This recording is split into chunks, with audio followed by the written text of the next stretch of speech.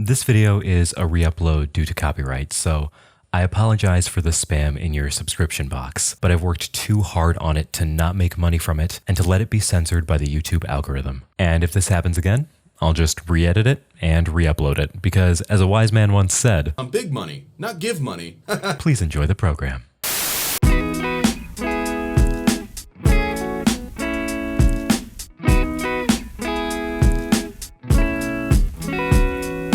Do you ever want to go back?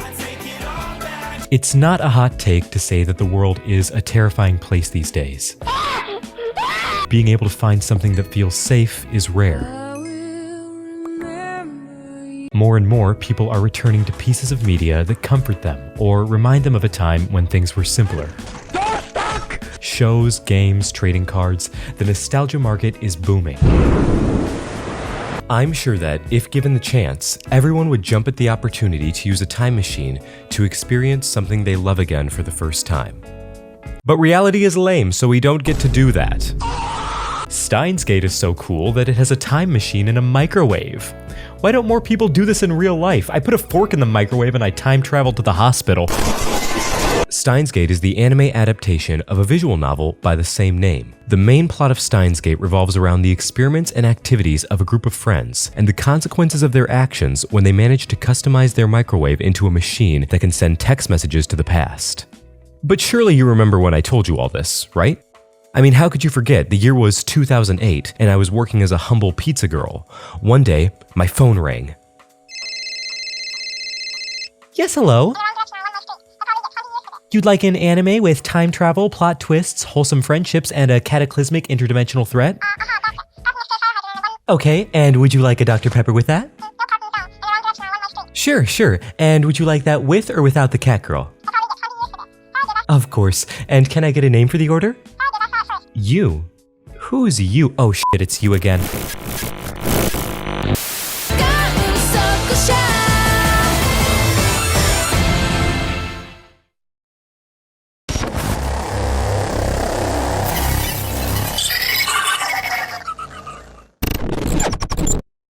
Steins Gate opens the way all generation-defining pieces of media do, with a question. And I started thinking to myself, man,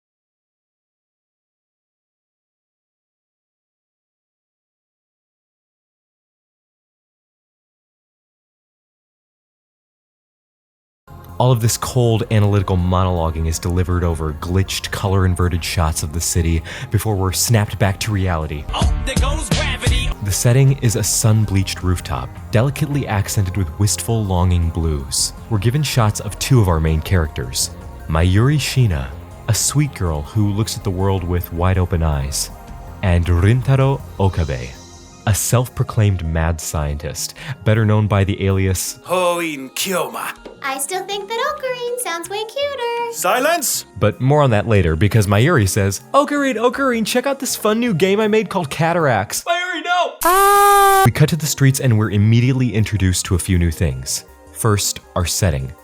We're in the streets of Akihabara on July 28th. Known as the Electric City for the way it's become a center for anime, video games, and other electronics. Second, we're introduced to what I will call Okabe's outer inner monologue. Minor existential crisis. He definitely plays the part of a mad scientist, talking in a code language only he understands. Infiltration commencing. L, Psi, Concru. Organization stink is all over this. Breaking down Okabe's dialogue here, he refers to an organization, a highly discreet and powerful one, chasing secrets that could change the world.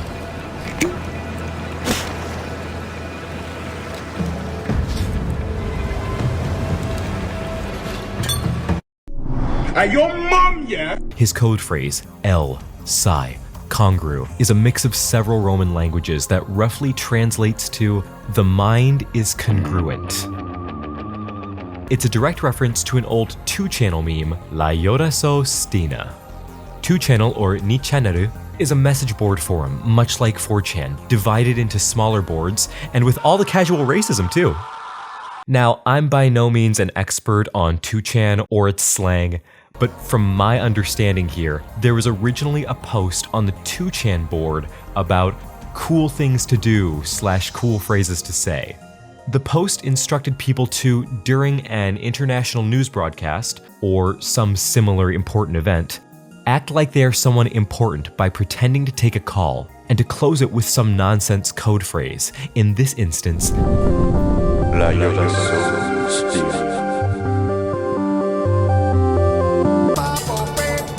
So TLDR, Okabe is chronically online, but he's still very human, and he's able to be down to earth and banter with Mayuri.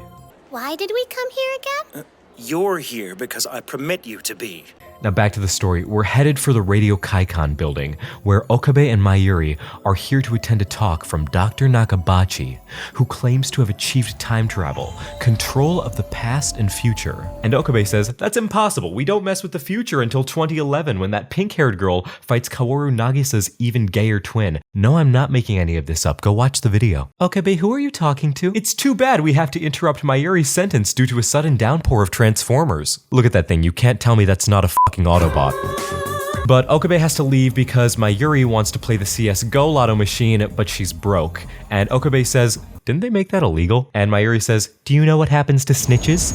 So Okabe becomes a gambling streamer and pulls the secret rare on his first roll. This is so rigged. The conference starts, but Mayuri is nowhere to be seen. She texts Okabe asking for help, and as it turns out, she's lost her metal Upa. Where am I? Where's Reznov? Before he can leave to help, Okabe is struck with a realization. The doctor is plagiarizing the works of John Titor, a forum poster who claimed to be a time traveler from 2036. More on him later because there's a lot to unpack there. Before Okabe can carry on, he's pulled out of the room by a red-haired girl. Even more confusing, she talks to Okabe like she knows him and claims to have just run into him a few minutes ago. Okabe recognizes her, believe it or not, but it's as the published scientist Makise Kurisu, not as anyone he knows personally. He plays her off as another organization plot and hides before used all of his high-speed data for the month. AT&T, how can we help you? The text comes from a bizarre email, SG-EPK, Steins Gate, El Sai Congru. Before we can further investigate, Mayuri shows up. The two catch up until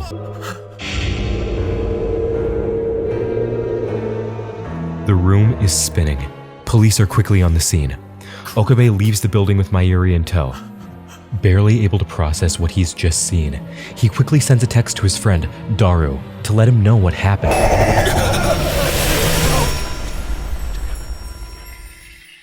Okabe is suddenly alone. Where's the time machine? The streets are eerily quiet as the sun blisters down. Okabe manages to find Mayuri outside the Radio Kaikon building. Mayuri seems to have no memory of it being a busy day at all. And that's not the only thing that's different. We're brought back to the Future Gadget Laboratory, Okabe's ragtag club for him and his friends to plot how to take down the evil organization. Okabe has done what all content creators do, and registered an LLC, so that everything he spends money on is a business expense. The lab members are coded by names like 001 for Okabe, 002 for Mayuri. I prefer Mayushi. From now on, she is Mayushi. There's also 003, Daru, the lab's dedicated hacker with an affinity for 2D and moe culture.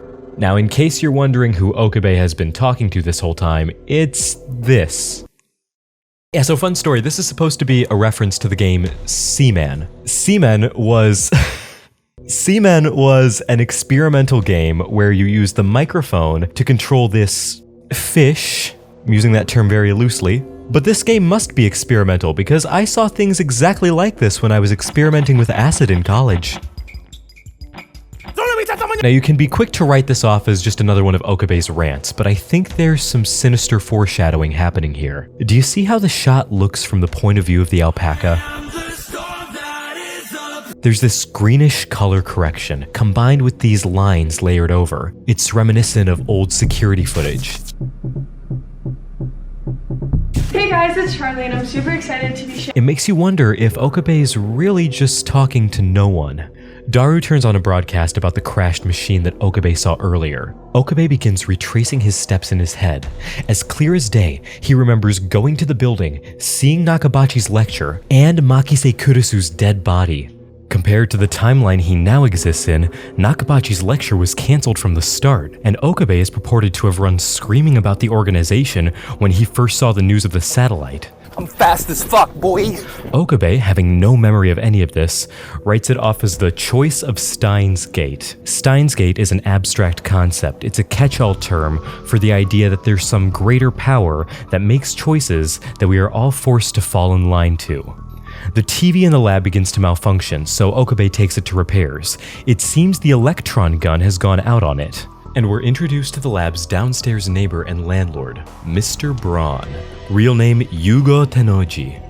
Mr. Braun is the father of a little girl named Nai.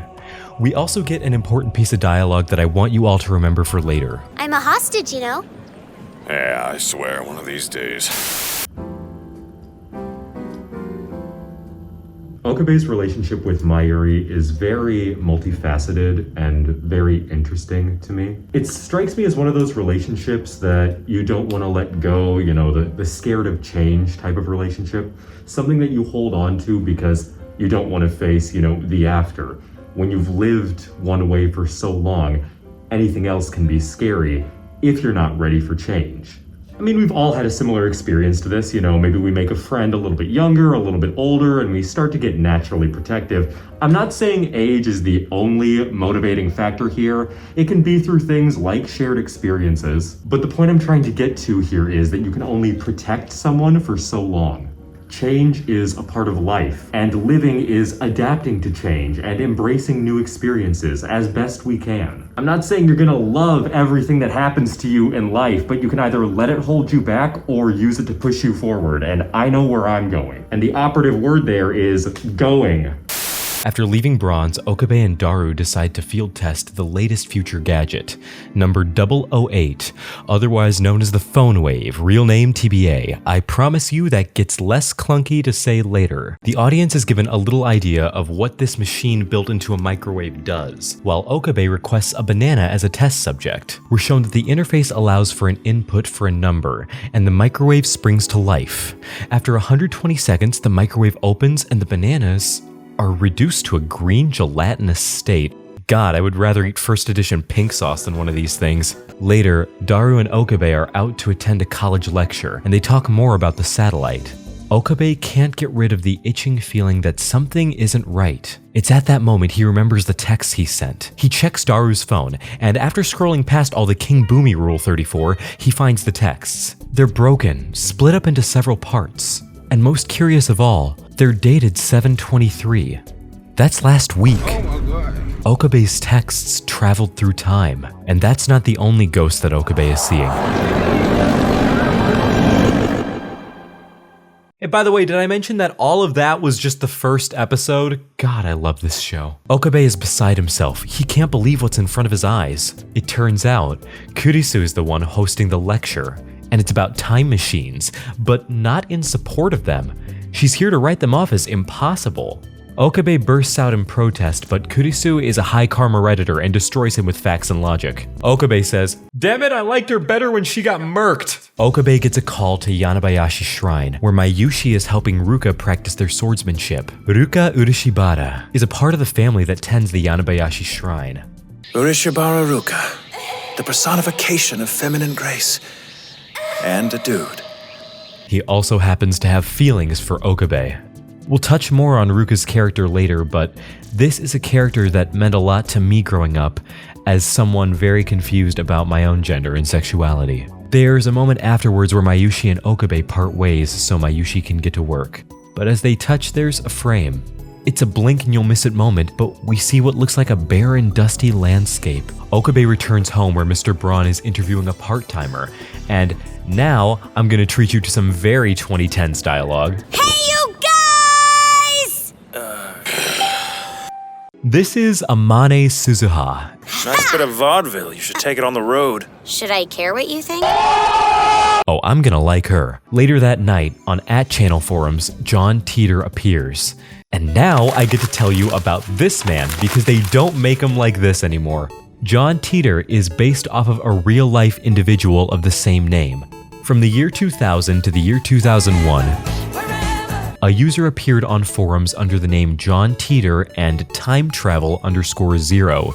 He claimed to be a military time traveler from the year 2036 and posted predictions of nuclear war, claiming to be an American soldier based in Tampa, Florida. So another one for Florida men. These are mags. This man even posted schematics, instructions, and even photos of his homebrew time machines. You can find full PDFs and write-ups of these online. They're fascinating stuff. That's one thing I've loved about writing this review, by the way. It's all the interesting things I get to research as a part of this. I viewed PDFs published on the CIA's website that so happened to be books found in the den of Osama bin Laden. I mean, how many people do you know who can say that? Teeter viewed time as being composed of infinite different world lines. An example I can give is, say that you break your knee, and you travel back in time to prevent it happening. You then create two divergent world lines, one where your knee is still broken, and one that you've now hopped into where you never broke it in the first place. In the anime, Okabe remembers John Teeter's original real-world appearance in 2002, but a web search shows nothing. In this timeline, this is the first time Teeter has appeared. The following day, Okabe has an encounter with Kiryu Moeka, a quiet, reserved blogger. She takes some unsolicited photos of Okabe and promises to delete them in exchange for help finding the PC that she has a picture of. Moeka, the picture! This. Seeking the help of Daru, Okabe ends up at Queen Maze, where he rendezvous with Mayushi. It's Meowushi when I'm on the clock, silly.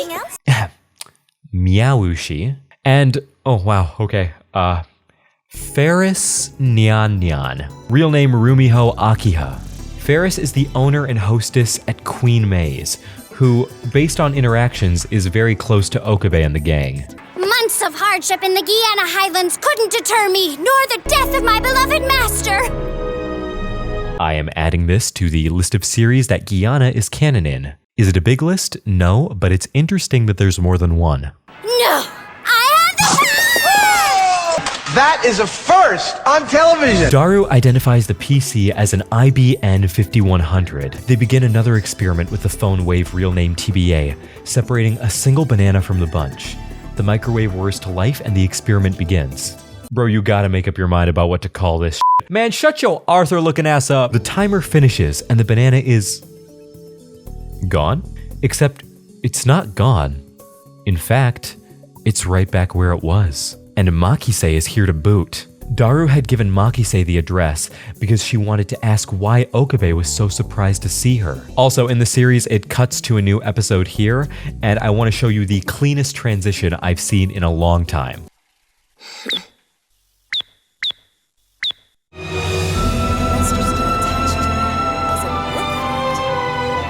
Makise investigates the gel Nana, and Okabe decides to formally induct Kurisu as lab member 004. Christina. Grab a box of chicken tenders. Look at this pure little bundle of joy. I swear, if anything happens to her, this review is over right there. Mayushi returns overjoyed that she's no longer the only girl, while Okabe, Kurisu, and Daru examine the circumstances that seem to create the gel Nana effect, as well as explain the time-traveling texts. Daru explains that he had his phone hooked up to the phone wave real name TBA in this world line around the time Okabe was sending his text in the original world line. As well, the microwave was spinning counterclockwise and there was an electrical discharge. They arrange to send a message and Okabe uses Mayushi's chicken tenders this time in an attempt to recreate the effect, but all he does is trigger a Sombra ult. I'll never be tender again. That's it, cut to outro. And until then, this has been the Hot Box. When the smoke clears, the text has actually traveled back to July 24th. They've done it. Their simple microwave is now a time machine. Yeah, Mr. White!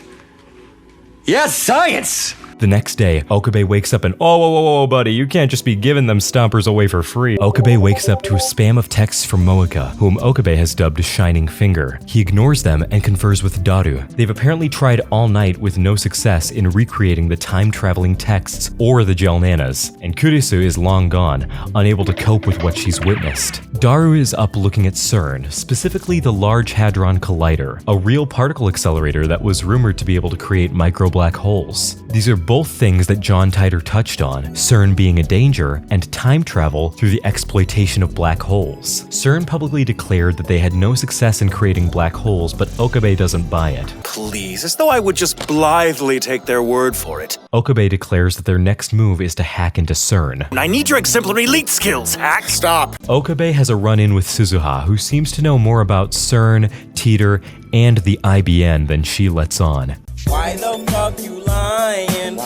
Why you always lying? She informs Okabe that the IBN has value because it can read certain proprietary programming languages. Okabe recalls Titor's mention of these things and reaches out to him over @channel. Daru successfully manages to hack into CERN. While there's no mention of time travel explicitly, there is mention of a Z program. Underneath the topic of the Z project, there is a report that confirms CERN's development of black holes, as well as Someone died? There is a moment often referred to as the loss of innocence, the moment where the line is crossed permanently. A similar moment to this comes in the TV show Breaking Bad. The scene where Jesse kills Gale the scientist can be described as his loss of innocence. Jesse, at that point, is no longer simply a kid who is just a little tangled up in the wrong side of things. There is no longer an escape. Jesse has had blood put on his hands. This is his life now. In a similar vein, Steins Gate is, at this moment, no longer just some kids who are hacking where they shouldn't be. This now involves the loss of human life. The show now has blood on its hands, and they're the only hands that we have to take us through this. The sentence earlier, "We're all just a ship of fools, chasing phantoms, heedless of what really underwrites natural law," comes back to mind. The future gadget lab is the ship, chasing time travel, what they thought to be a phantom, all the while heedless of the true ways of the world. The human experiments seem to be conducted under someone named Jellyman. Turn it off. But the database of his reports is encrypted in the very proprietary language that the IBN 5100 can read. Okabe establishes contact with Titor and reunites with Kurisu, all while still being bombarded by Moeka. Kurisu is still hesitant to accept that the time machine is real at all. Kurisu's cold, analytical mind views time machines as a logical impossibility, and deeper than that, she says she doesn't want to go down the same path as her father. They have a back and forth, and we get this wonderful little interaction. Oh, quit trying to act all cool. Damn it, that was like the perfect sign-off! J. Michael Tatum, the voice of Okabe, and a certain detective from a battle royale, was also a scriptwriter for this series, and his wonderful wit and energy shine through. It helps make this an incredibly fun dub to watch. Okabe meets with Ferris, who lets him in on the knowledge that she knew of an IBN floating around Akihabara, that it was last seen at a shrine in the area. Yanabayashi stands out immediately as a suspect, and Okabe investigates Ruka. He also introduces Ruka to Kurisu. The IBN happens to still be at the shrine, and according to Ruka's father, it was donated over 10 years ago, with specific instructions that a boy in trouble would need it one day. Kurisu and Okabe haul the IBN back to the Future Gadget Lab, where they run into Suzuha, who gets introduced to Okabe and Kurisu hurry away before the interaction can be further explored, but more questions are piling up around Suzuha. How does she know so much about the IBN and Titor? How does she know Kurisu? Where was she when the second tower was hit? Okay, chill out, Okabe. But wait, I have very convincing photos of her with George Bush. Okabe, I think this joke is a little outside of our audience. Benghazi! Daru gets to work bringing the IBN back to life, but he needs some supplies to speed things along. Okabe says, "Where the hell am I supposed to find all this nerd shit?" And Daru says, "We're in the Electric City, there's PC parts everywhere. Hell, I could build a Bitcoin miner out of what they give you in a Happy Meal here." While out searching for parts, Okabe encounters Suzuha again. Trying to get answers about the IBN and Kurisu only gets Okabe cryptic replies. For instance, Suzuha says that Kurisu hasn't done anything to her. She hasn't done anything yet. When a news chopper hovers over, Suzuha engages a similar fight-or-flight response as she did with Kurisu. And when Okabe mentions fireworks nearby, she treats it as if it's something completely foreign. Suzuha tears off to see the fireworks because she's a zoomer and needs extra forms of stimulation. Okabe runs into Mayushi and Kurisu. Okabe and Kurisu return to the lab to continue their work. The scene is initially warm. The two eat together, drink soda, and play games. The banter is fun and playful to begin with. Okabe even gives Kurisu a lab coat, and the two have this incredible, heartwarming shot. And then, Kurisu and Okabe finish playing a board game. Okabe gets totally played, but when Kurisu refers to him as Okabe instead of Ho and Kyoma, Okabe flies off the hook. My name is Hoey! I thank you to remember it!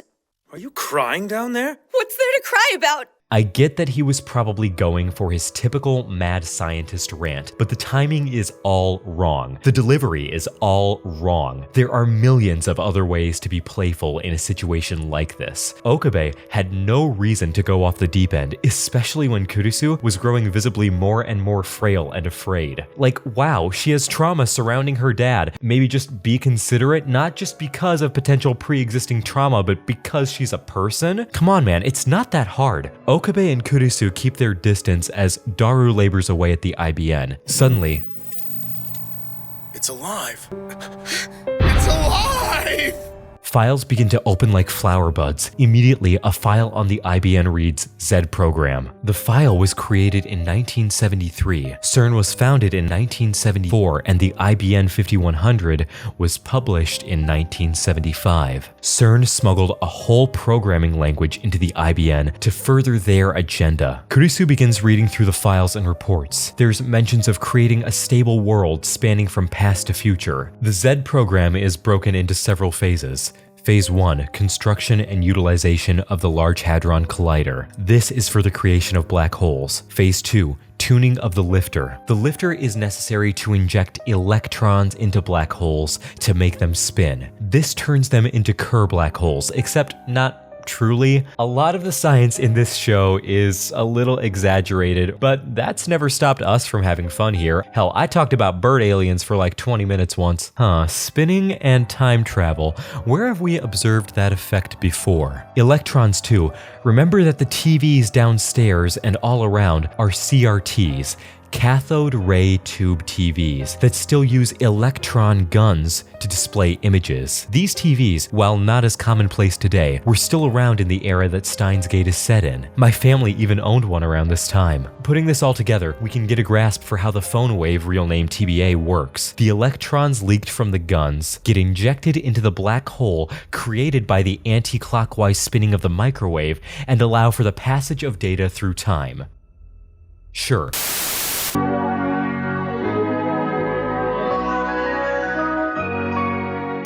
Hi, I'm Dr. HV, and I represent the research division of our parent corporation, Omniship. Omniship. The world is ours. Knowledge is power, and if we're going to discuss this series in depth, it's important that you, the viewer, have a clear understanding of the underlying science behind this series, so that you're able to engage with it at a deeper and more enriching level. I've been spending the past few months doing my job and ignoring the vast sea of information that is the internet in favor of going to the library and doing my own research because I'm stubborn and wanted to try and figure this out myself. Also, due to recent budget cuts from our parent company, we no longer have power, so I can't even use our computers to do research. I am recording this video using my phone and lighting the set by burning bills from our angry creditors. So you're going to shut the hell up and listen while I explain this, because I'm wearing corduroy, so I know what I'm talking about. For all intents and purposes, I'm going to focus on traveling back in time. This may sound silly, but traveling forward in time is relatively easy. And I won't elaborate on that because, as we say in academia, I didn't study that shit.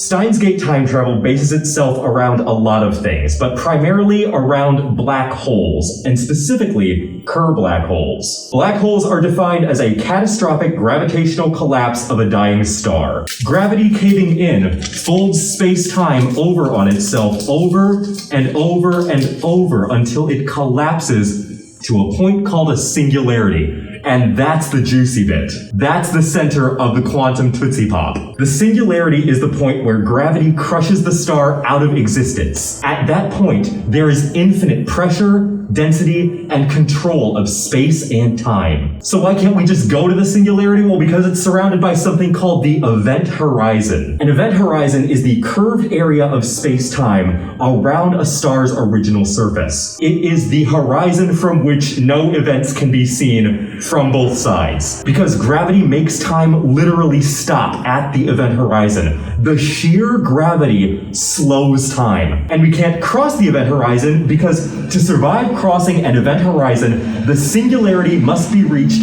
in times less than 1/1000th of a second. And even then, we're talking about a very tiny, very finite point. So now that you know about the guts of black holes, listen while old Dr. HV explains to you the types of black holes. The Schwarzschild solution is the simplest type of black hole. It is described as symmetrical, mass only, and matter collapses straight inward. Reisner and Nordstrom proposed that time and space invert at the event horizon. So you have to think of time and space as an axis, okay? This is space, this is time. We as humans can move along space, but we can't move through time. Time is vertical. However, at the event horizon, these roles invert. Suddenly, we can move across the axis of time because the sheer weight of gravity is acting as a negative force. It's slowing everything down. Reisner and Nordstrom also proposed that the black hole has to be charged in some way in order for the event horizons to merge and be permeable. The optimistic steps after this are that you first off don't die in the singularity, second that you locate the point in time you want to go to, and third that you survive being spit out of the other end of a black hole, because scientists aren't sure how you get out of that. Scientists currently don't believe that there's a way to really control where you come out of a black hole, or really it would be a white hole at the end. I think about it this way, if you're just traveling across the boundary of time, once you get across the other event horizon, once you get out of the singularity, cross back over the other event horizon, which, by the way, nothing is able to do except for tachyons, but tachyons are a theoretical particle. Once you get across and out of the other black hole, you've not moved in space, right? So you come out on the other side of space and you fucking die. Or if the black hole is on Earth, then you come back on that point, and then we reach the problem of this mass, this matter, that has no origin. It's been thrust there from the future. And that creates our good friend paradoxes. I'll talk about all those problems in a second because I need to round out this discussion of black holes so we can move forward with the problems with black holes. Kerr, right? And he's like, oh, just charge it and make it spin, lol. And then you get rid of both the event horizons and you've exposed this naked singularity. And that's your Kerr black hole. That's your ideal Steins gate time travel. That's what they're shoving the D-mail information through. And now I'll start talking about some problems. First off, shoving that information through in the first place. Even if something subatomic comes through that, it coming out of the other side could have dangerous consequences. If you want to know what kind of damage a subatomic particle does when it passes through something like a human, let's talk about Anatoly Petrovich Podgorsky was a researcher at the Institute for High Energy Physics in Russia. On the 13th of July, 1978, he was conducting a routine inspection when he accidentally put his head in the path of a proton beam. Podgorsky reportedly saw a flash brighter than 1,000 suns, but felt no pain. Yeah, in Dr. HV's professional medical opinion, oh my god. Believe it or not, he lived this encounter. However, he did have hearing loss in his left ear and tinnitus, as well as seizures, and, curiously enough, even though the left part of his face was paralyzed, it never aged. Terrifying last little bit to read on a Wikipedia article, by the way. You'll have to forgive me if after all that, I'm a little worried about the prospect of shoving something through a singularity and it coming out on the other end. Quantum entanglement accounts for this, including the classic grandfather paradox. So basically, you know, the old grandfather paradox, you go back in time, your grandpa. Quantum entanglement says you'll still be born because you really just shifted world lines. You started in this world line, but by killing your grandpa, you diverge into this world line where you will now continue on. Your original world line still exists. It's continuing without you, along with the millions of other world lines. You are just now on this specific thread in the rope of the universe. Of course, the splitting world lines are susceptible to loops because, again, as I mentioned, you shoved something back in time that doesn't have an origin, so now it has to be explained going down the line. Thus you encounter paradoxes, or potential loops. Wink. And of course, the classic butterfly effect. The flapping of a butterfly's wings can cause a hurricane on the other side of the world.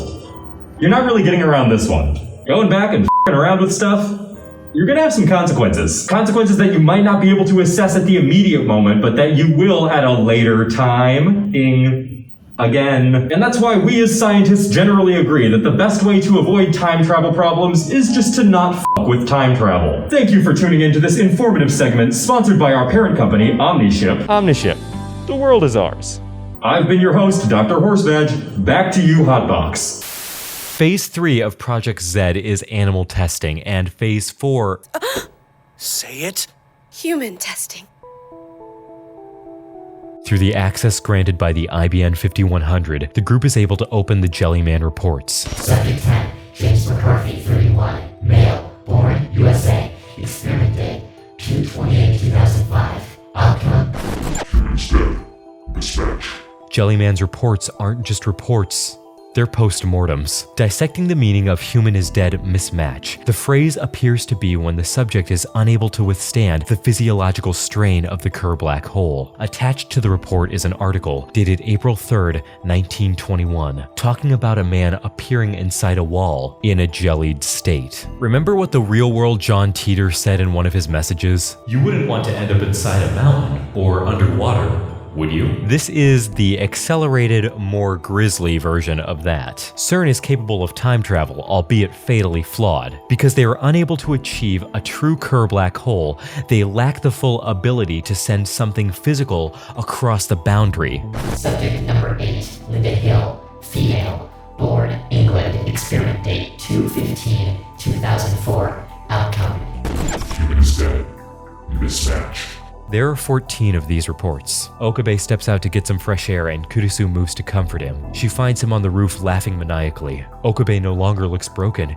He looks resolute. He sees it as there's only one course of action: make a time machine first and rule the world instead of CERN. And this is fine because delusion is one of my favorite coping mechanisms too. The date is now August 2nd. The group moves to perfect the phone wave real name TBA, starting with a new name.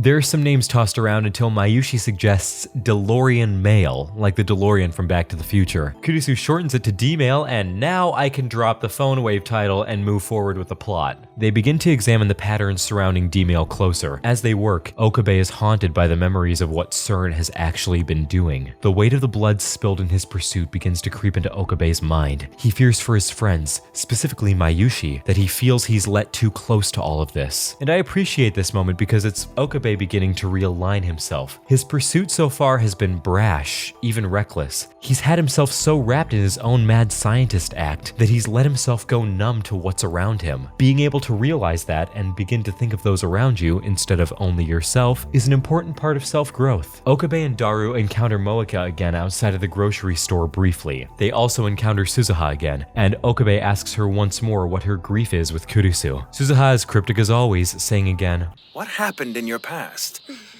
Nothing happened in the past. Speaking of Kurisu, she's been able to lay out a comprehensive schematic of how D-Mail works. She begins by outlining a few things, like that 1 second on the microwave's clock equals 1 real-world hour. There also appears to be a strict character limit. August 2nd, 2010 is now a date that will live in the hearts of mankind forever. August 2nd is now officially Steins Gate Day. Well, except that CERN kind of already beat us to it. August 3rd rolls around and Moeka shows up to the lab's doorstep. She wants to see the IBN, and Okabe, seeing no harm in it, allows her to. She begins taking photos and even asks to borrow it, and Okabe says, "No, we need that for time travel. I mean making pasta. I always get those two mixed up." Okabe, in a desperate attempt to preserve the secrecy of the time machine, inducts Moeka as a lab member.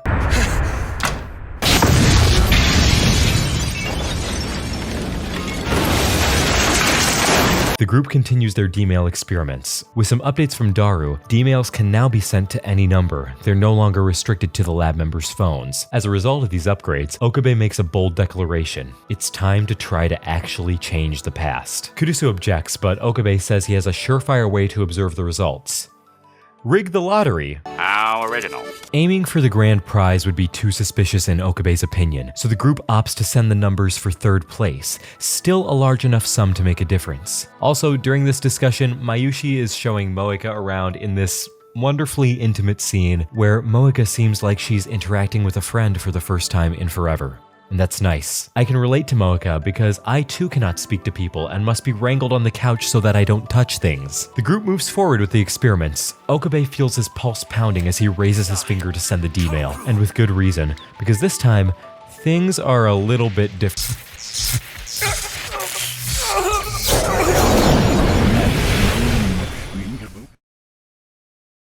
Okabe snaps back to reality. Again, he immediately asks the lab members about the lottery numbers, but no one has any memory of that being mentioned. The world line has definitely shifted, but what became of the lottery? Well, that question is quickly answered when Ruka comes bursting through the door. He's heaving and apologetic as he produces a lottery ticket. Apparently, the numbers did come through, only Okabe told Ruka to play them instead of actually playing them himself. However, Ruka made a mistake when transcribing the numbers and ended up only one digit off.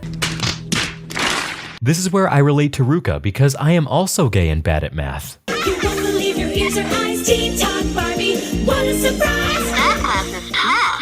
Okabe confirms with Suzuha that things are definitely different. You see, the experiments in the lab shake the building downstairs, and Suzuha confirms there's been no quakes today. Okabe is distressed, and Suzuha suggests hitting up John Teeter for more information on world lines. In an effort to protect everyone, Okabe dismisses the lab for the day. Teeter makes contact with Okabe, explaining that the use of emails to change the past and someone retaining their memories across world lines is completely unheard of to him. With this ability, Teeter believes that Okabe may be able to lead their current world line beyond the 1% divergence barrier. If you're wondering what that is, do you remember the numbers that flashed each time Okabe transferred between world lines? The most recent one was 0.571015%. As long as that number remains below 1%, the world will be on track to dystopian rule under CERN. Okabe dubs his ability to maintain his memories between world lines reading Steiner, and he orders the lab to commence more experiments to see if the effect remains constant as the world lines diverge more. The lab members congregate. Ruka brings a melon to make up for getting the lottery numbers wrong. The members celebrate before attempting to send another D-mail. This time, Moeka has been allowed to send it. They are looking to make another small but obvious change. So, in an effort to do this, Moeka proposes that she send a D-mail to herself, where she says she'll tell herself to buy a different model of cell phone. If the world line changes,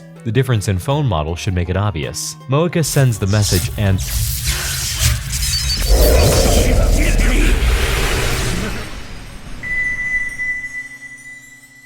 So many little things are clear. The melon is gone. Ruka never stopped by in this world line. But bigger than that, Moeka is gone. And not just missing from the lab, but missing from everyone's memories too. Mayushi, Daru, Kurisu, none of them remember Okabe inviting Moeka to the lab or even initiating her. Okabe frantically searches his phone. That's a different video. That's a sponsor, more on that later. That's something I can't show. Oh, there they are. Moeka's messages up to the 31st of July are still on Okabe's phone. And when he texts her, she responds more or less right away. It seems that Moeka is alive, but she never made her initial lab visit. Okabe confers about this with Kurisu, who is surprisingly understanding. Kurisu, even across world lines, seems to be slowly overcoming the logical block that she placed in front of herself concerning time travel. She's begun to think more in the abstract. She's begun tackling problems in her own mad scientist way, and that's nice to see. It's good to see Kurisu becoming someone who seems to be having so much fun. The date is now August 5th. Ruka comes over to try on cosplay with Mayushi, and he's Karari from the game Rynet. Balls or not, man, I would so hit that. Let him cook. Code Red! The organization's attacking me with mind-blowingly adorable cosplay! Nah, bro, I think you're just bi. Someone this cute can't possibly be a... How you doing there? Steins Gate? More like Bi's Gate.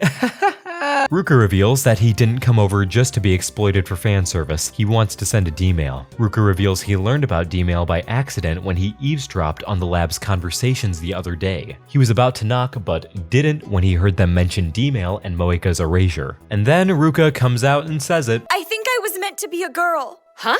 Okay, now before we go forward, there was some discourse I encountered in the research of Rukiko that I wanted to bring to the table, and it centers around whether canonically Rukiko is trans. So canonically speaking, and by canonically we are talking about the true original root of the visual novel and the rest of Steins Gate media outside of the original novel, Ruka is portrayed as a homosexual boy and uses male pronouns. Even his own root leads to the conclusion that the main reason why he wanted to be a girl was so Okabe would be interested in him. Hearing the way that Ruka explains how he feels about his body and the I don't think it'd be a problem if the parts of me you see match the parts you can't.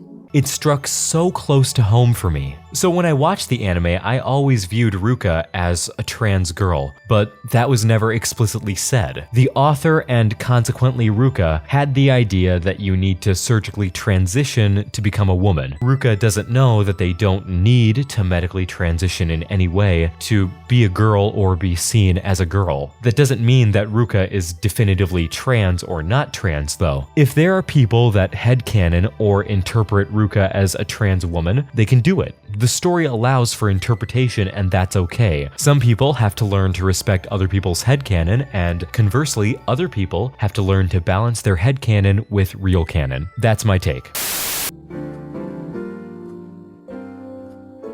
Alright, let's talk about Ruka and what they mean to me. Because like I said, I grew up very confused, and that's the story of millions of people around the world. Like, I hate to be a statistics Andy, but around 10% of the global population identifies as LGBTQIA+.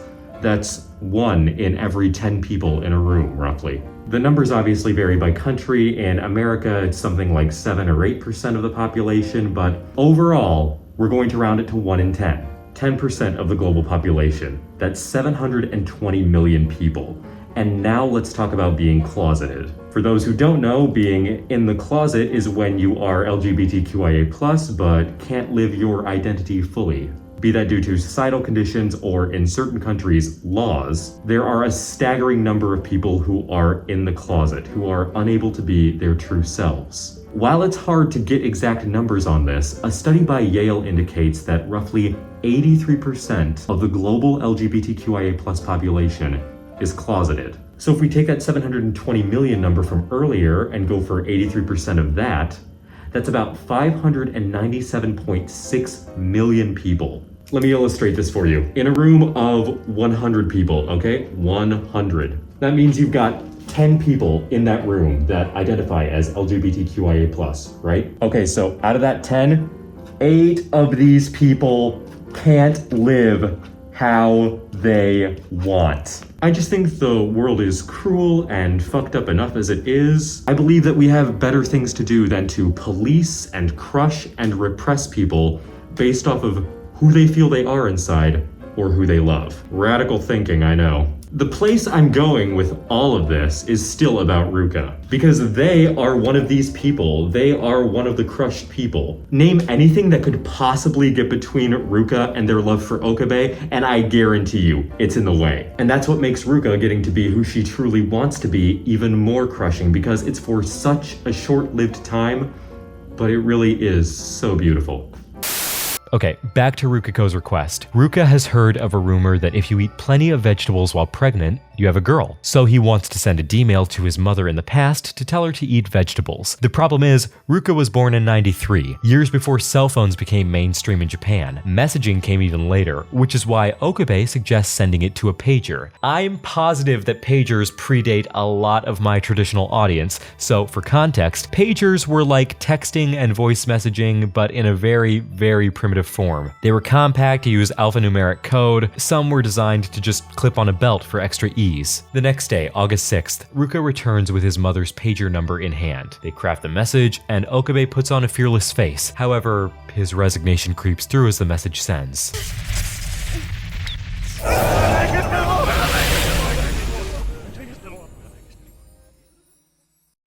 Okabe sinks into the new reality. He notices no distinct physical change to Rukiko and assumes that the D-mail had no effect there. But the world line definitely shifted. So what does it mean? Okabe and Daru hang out at Queen May's where Ferris overhears them talking about the time machine. This gives Ferris something to think about. Okabe runs into Kurisu having an argument over the phone on the roof, presumably with her father. Kurisu comes back inside a mess, crying and weak. Okabe offers comfort, but I cherish our friendship. I'm here to listen, so... Seriously?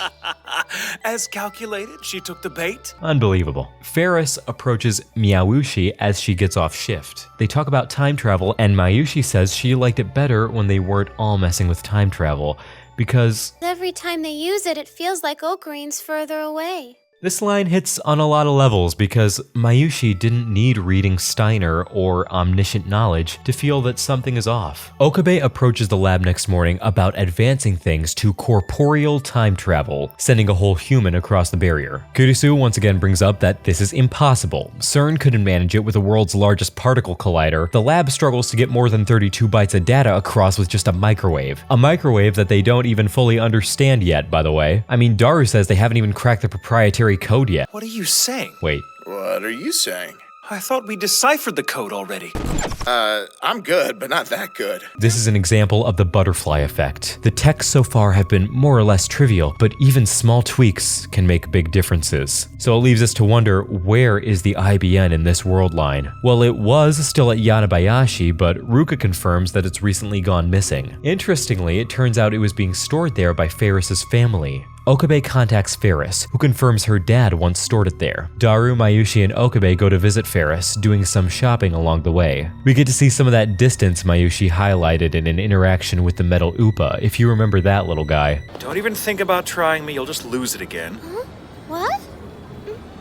However, while on the street, Okabe spots Moeka. He tears off in chase, trying desperately to get her attention. You cannot tell me they wouldn't hear each other from this distance. I've been to New York. I know how loud people can be. People in New York can talk to you from 8 lanes and 3 blocks away. When Parthenax betrayed Alduin, New Yorkers were the first people he taught the Thuum to. Okabe eventually corners Moeka in the alley. She's alone and confused. He corners her about the IBN, but even she doesn't know about it either. She takes off as Daru and Mayushi arrive. But when Mayushi makes an offhanded comment signaling that she knows Moeka, Okabe is entirely thrown off. So in this world line, it seems that Moeka did make her initial lab visit. A stark contrast to the last world line, where it was like she didn't exist at all. The butterfly's effect only expands. At Ferris's home, Okabe and friends are greeted by, of all things, Ferris's personal butler. High-rise apartment, private staff. Ferris's living situation raises some eyebrows. She explains that the money comes from the land that her family owns. As it turns out,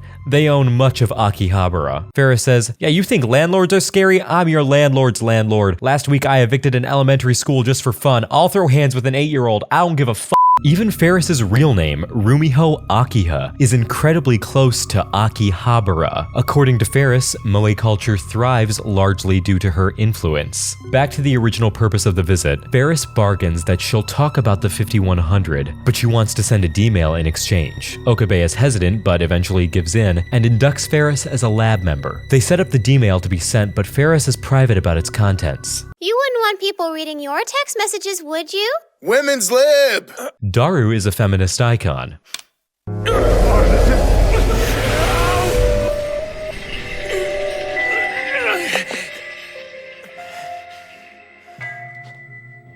Okabe comes to with a man in front of him that he doesn't recognize. Ferris bursts in and reveals that man is her father. Okabe comes to his senses and manages to ask about the IBN, but there's no luck. Ferris's father says he got rid of it long ago. The crew returns to the streets of Akihabara while Okabe contemplates the consequences of all the D-mails so far. It's then that he's snapped out of it by Mayushi, who wants to make a detour to Nagano to buy some manga. This confuses Okabe since they're in Akihabara, the heart of Moe. This episode's ending is incredibly clever. They carefully construct the shots, angles, and environment to be tight so that the audience is as overwhelmed as Okabe is in that moment. This is how you communicate emotion through cinematography. One text, and an entire city is rewritten.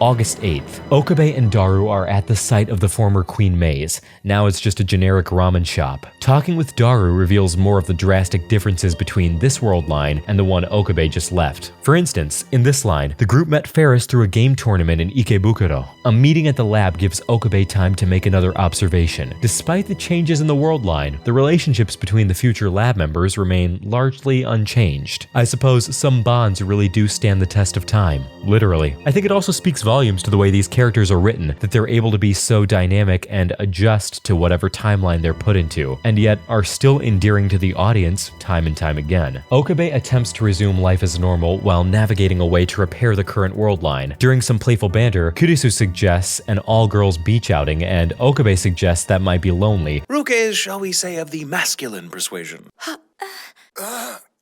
The room falls morbidly silent. Everyone's casting dark, disparaging looks at Okabe, and Ruka is on the verge of tears. Okabe's confused. He's not sure what everyone's upset about. Clearly, Ruka is a boy, and in Okabe's mind, this is the appropriate way to check. If Ruka's really the girl you say she is, then why does she have a... I shouldn't have to explain what's bad about this. It's a betrayal of trust between friends. It's a violation of Ruka inside and out. I understand Okabe doesn't have all the context of this world line, but it's still a whole lot of weird. Kurisu punishes Okabe and he goes to walk it off, where he meets with Suzuha. Suzuha reveals her passion for bike riding, and the two ride tandem into town. Suzuha reveals her true reason for being in town though is she's looking for her father. The pin that she's been cradling over the series belongs to him. Oh cool, so her dad leaves her accessories and all I get is abandonment issues. I don't want mommy thinking I don't feed you, like you told her last time. Suzuha says she will try to meet her father the following day, that he's meant to be a certain somewhere. Okabe, in an act of compassion, inducts her as a lab member officially, and says that if she doesn't find her father tomorrow, she should come by the lab so they can help. The next day is August 9th. Okabe plans for Suzuha's visit. Okabe says, "Alright girl bosses, we're giving Suzuha an official lab welcome.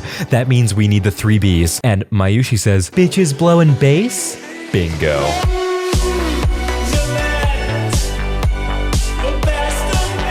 They party too hard and reset time again. It's August 9th. Twice. Okabe's plan is that in the event Suzuha reunites with her father, they have a celebration feast. They'll be having a feast no matter what, but if she doesn't find her father, it'll be framed as a consolation banquet, and they'll propose that she send a D-mail after. Okabe proposes that he follow Suzuha to keep an eye on the progress, but Kurisu threatens him into helping shop for dinner instead. It's okay, Okabe, I'm scared of hardcover books too. In fact, the only thing that scares me more is random pictures of gelatin via email. Oh A cryptic text from an unidentified email displays a picture of blood-red gelatin. Okabe is paranoid out of his mind, looking at every corner for who might be watching.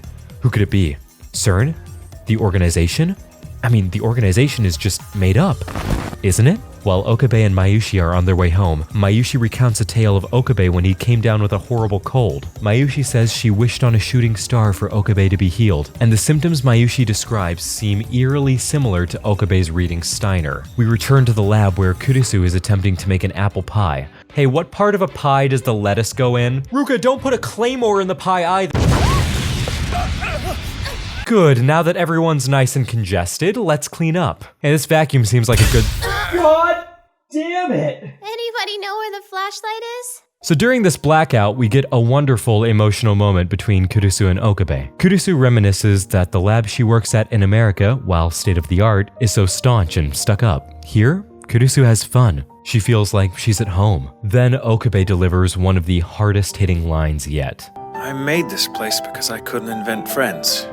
This is some of the most emotionally raw that we've seen Okabe. We can see that all the jumping between world lines is slowly giving him more perspective on the world around him, as well as his relationships with his friends. This scene is incredibly well written. It disarms you with the gags and antics of the group as a whole, and uses the setting to shift the focus to a few pivotal characters, then capitalizes on the buildup it's created. Steins Gate is full of moments like this, and I think it's one of the things that has kept the series standing the test of time. They never fail to remind you of the human element of the situation. Taking away the fanciful time-traveling quantum physics and the world domination threat and all that, these are people. teenagers trying to navigate their lives given the worlds that they find themselves in. Suzuha ends up being a no-show, and she sends a lone goodbye message to Okabe. Okabe goes tearing off into the night, no sign of Suzuha anywhere. He makes up his mind to send a D-mail to himself in the past, telling him to follow Suzuha. Though initially hesitant, Okabe plays it off by saying that Hoenn Kyoma would never back down at a time like this. He laughs maniacally into the night. Oh yeah, did you notice anything different? Did you miss it? That's okay, you'll find out later.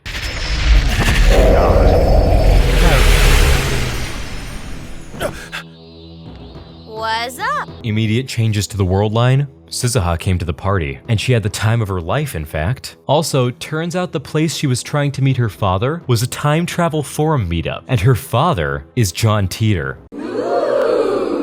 Okay, well, not John Teeter, but Barrel Teeter, or Taru Teeter in Japanese, Taru. Moving past the wholly unnecessary shot that this is, Okabe says it's time to start shoving people through holes, and Kurisu says, wrong author. While sending a physical person without them being turned into lime delight still seems out of the question, Kurisu posits another possibility, one that she has some expertise in. Here, let me spin this magazine around. I know a bunch of you guys just did the, that you get up and you rotate your head to you lean over and arch. You know what I'm talking about. Kurisu prefaces this by saying that the brain stores memory as electrical impulses. It boils down to just being data. If they can't send a physical person, sending someone's memory back would be a good workaround. Somehow, they need to boil the brain, about 3.24 terabytes of data, down to electrical impulses that can be sent like D-mail and delivered to your past self. Kurisu requests parts to upgrade the phone wave to handle these capabilities. Mayushi and Okabe talk.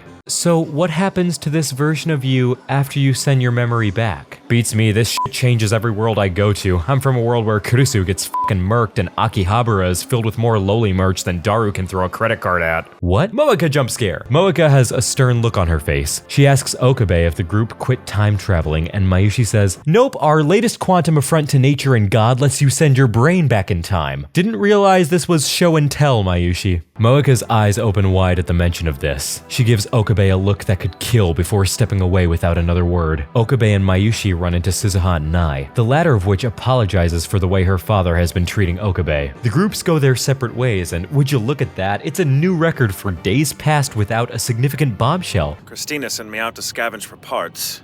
I wasn't gonna tell you this, but she works for CERN. Damn it was such a good streak. Kurisu? A CERN agent? How could that be? She's too busy being a high karma redditor on r/legal advice. Shoot them and sent. Okabe confronts her about what Suzuha said, and Kurisu replies that it's complete nonsense. This scene is another incredibly raw moment between Okabe and Kurisu. Kurisu reveals that her father was also a physicist, and she looked up to him from a young age. As she grew up, she began to grasp more of the science. She would help her father, write theories with him. It was a bonding experience. But soon, she began to outperform him. He began to abuse her, her mother, and became an academic reject. His last words to Kurisu were, I'm your dad, you little bitch. Another good woman made to suffer due to someone's fragile male ego. It should go without saying, but if you are not in a position where you can mentally handle the idea of your child potentially being more successful than you have no business having children. Bringing a child into this world, to see them grow and succeed and become so much, the thought makes me excited for children of my own one day. And I hope that every parent, past, present, or future, feels the same way. A parent's job is to nurture, not to covet. Mayushi comes to stay the night, and Okabe gets sent on a shopping trip to replace a pudding cup that some Hoenn guy stole. I don't know. I can't remember his name. Man, I love grocery shopping and not being interrupted by a cryptic email.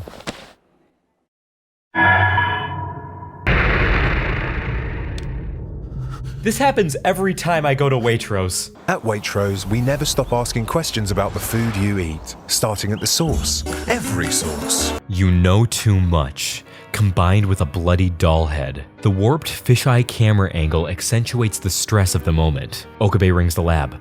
No answer. He bolts back in this ridiculously cool sequence where the whole world becomes this like sketch or line art. I think this is a great way to emphasize how the world becomes a blur to you in moments like this. And this is a great way to shoehorn in two girls in the shower. Daru returns to the lab to confirm a lurking suspicion. He tried to access CERN from his home PC, but he couldn't because access had been spoken for by the lab PC, meaning they've been jacked into CERN this whole time. The door was left wide open for them. In fact, who's to say it wasn't CERN hacking into them? August 13th. The time machine is completed, sporting new hardware like these Razor Krakens. Ooh. Making full use of their CERN access, they harness the power of the Large Hadron Collider to use a black hole to further compress the data, making the memory transfer of the roughly 3 terabytes possible. It's sent to the recipient's phone, then overwrites their current memory using the phone's broad spectrum signal. There is a limit though, data can only be sent backwards over a 48-hour period. Any more, and the imprint will fail. Kurisu approaches the fact that, unlike D-Mail, they will need a human test subject if they want to use this. And it's at that point that Okabe says,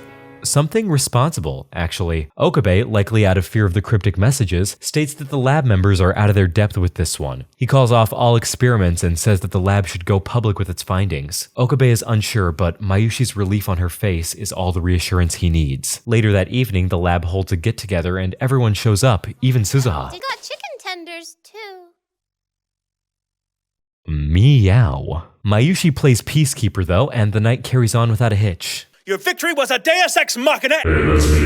Suddenly, bum-ba-da-bum-bum-bum-bum-bum, breaking news, a bomb threat. Yeah, that went from 0 to 60 real fast, huh? But yes, a bomb threat has shut down all transport lines in the city. Suzuha's ears perk up. She asks just how deep the lab is into CERN, and Daru says, oh, we've been deep in CERN. I'm elbow deep in that bitch, making her call me daddy, uncle, and several other family members. Daru, I think you've just been sleeping with inbreds again. Suzuha's eyes widen. She looks at the completed time machine, then leaves in a flash. Okabe plucks the hourglass from the top of the shelf. The sand has stopped, and so has Mayushi's watch. God, what's next? Invaded by CSGO players?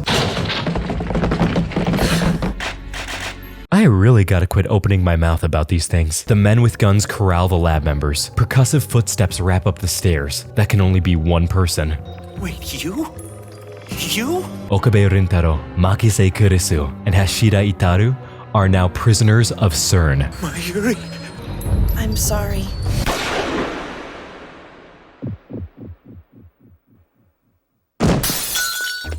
Suzuha ambushes the thugs. She shoots first, and Okabe sets up a smoke screen. They only have one chance.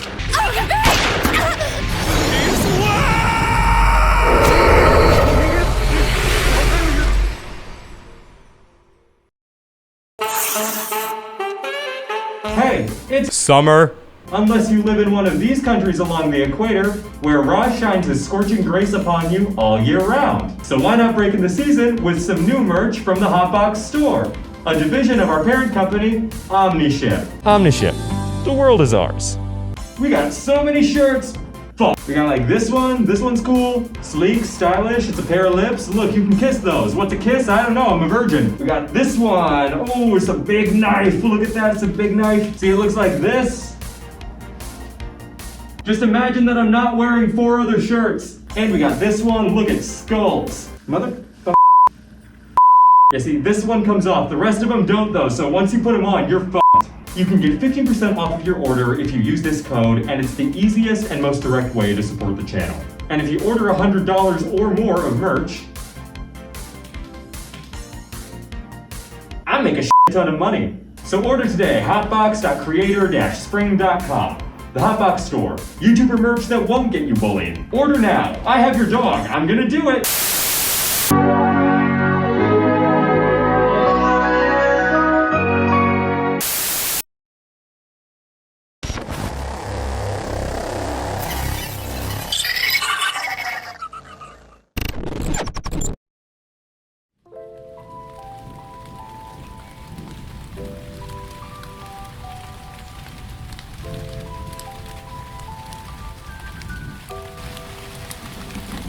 A gentle rain pours over this memory of Okabe and Mayushi. Okabe is remembering a certain day at Mayushi's grandmother's grave. There's a few key things happening here.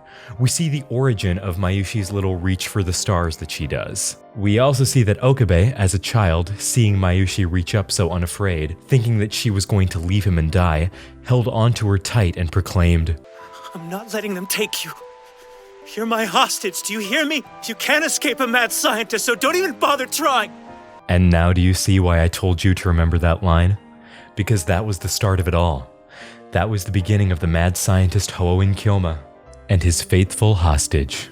Also, if you want me to hurt you even more, you can draw another parallel from a scene I was hiding for this very moment. Because right before Mayushi died, her and Okabe were on the roof, playing with a future gadget, and she said, The place is getting so crowded.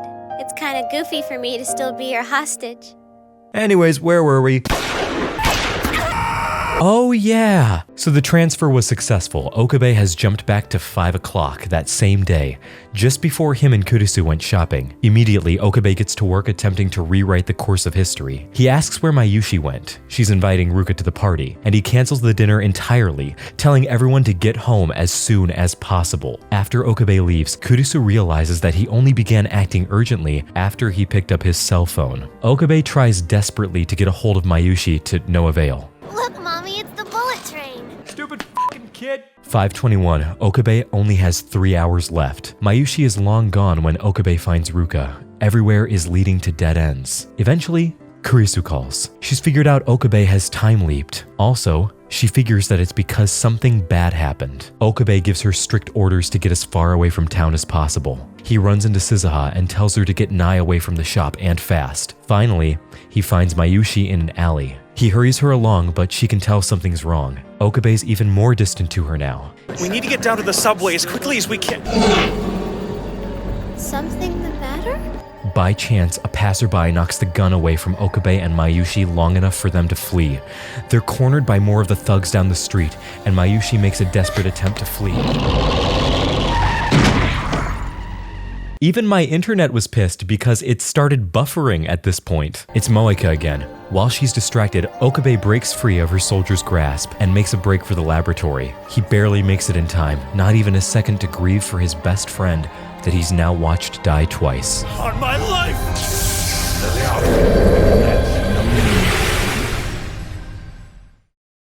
4:17 p.m. Okabe cancels the meeting once more, claiming that Mr. Braun will be angry if they don't clear out for the night. Daru and Kurisu are suspicious, but there's no time, as Okabe tears off looking for Mayushi. If he's not careful, things will play out just like they did before. In a moment of inspiration, he calls Ruka. Be it by fate or the choice of Steins Gate, Mayushi is still there. Ruka's able to stop her before she's gone. God, you're dumb in every timeline! Okabe convinces Mayushi that they need to leave on a trip together overnight, and Mayushi hesitantly follows him. On the way to the train, Okabe spots some of Moeka's soldiers patrolling. He makes an emergency detour, and they make it to their platform just as the train is coming around. Mayuri, surprise!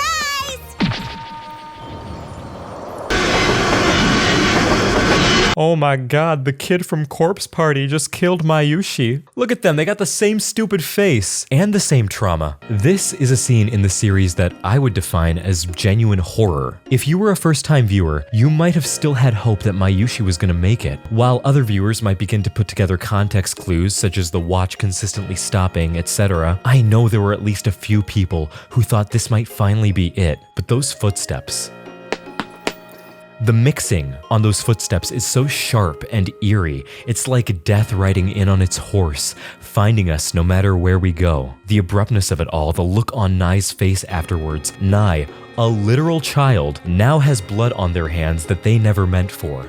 The show's animators did an amazing job of portraying Nai as cute and soft in the rest of the episodes prior to this, because it makes this moment, seeing her like this, hit so much harder. Okabe leaps through timeline after timeline, but in every one, Mayushi dies.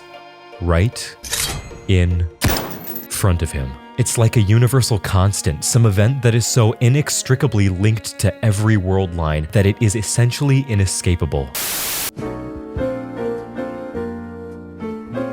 Loss is tricky.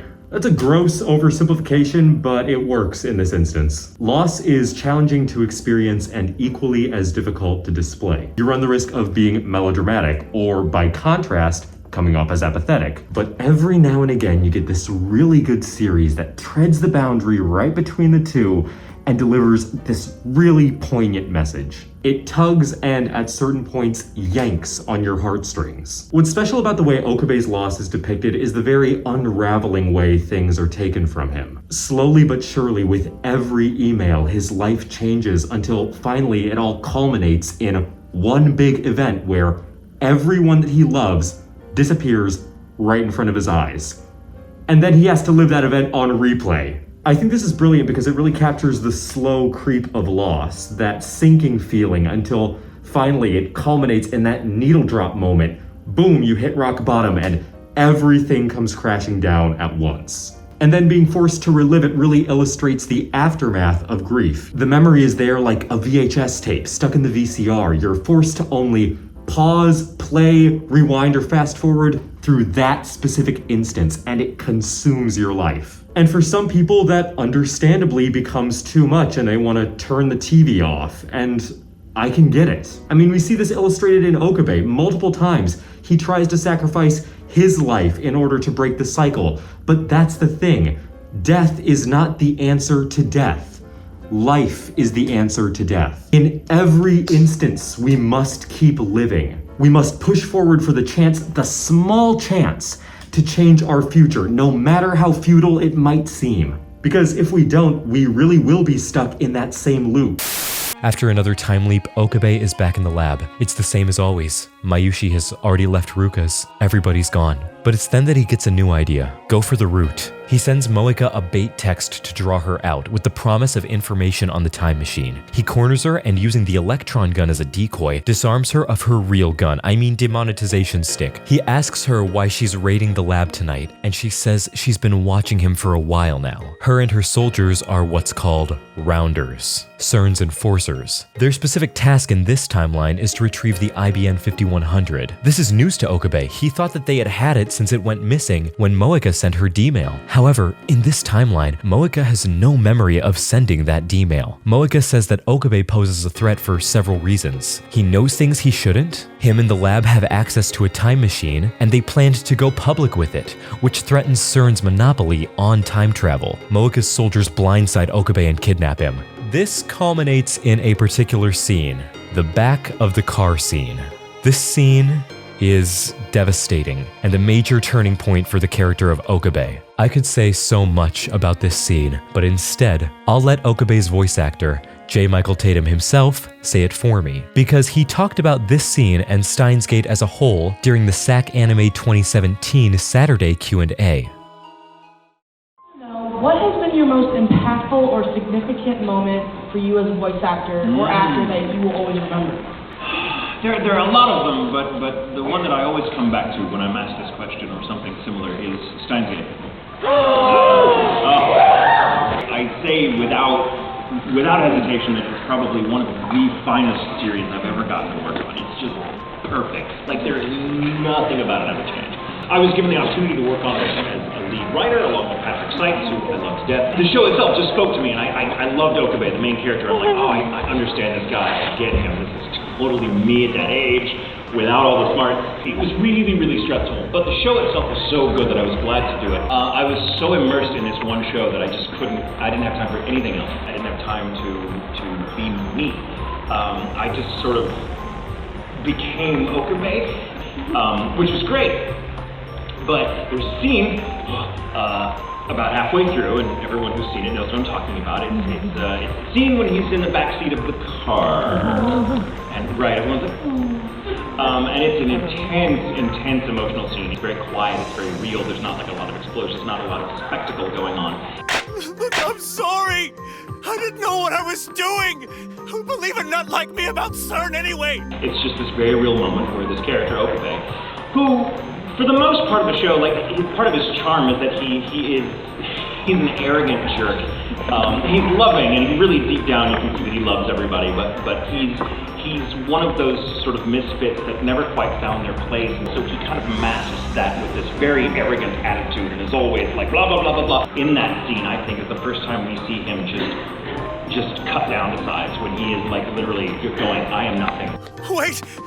Don't do this! I'll give you whatever the hell you ask for, just don't kill my Yuri! He is just so unraveled in that scene, and just watching it and having to adapt to the writing in that scene killed me.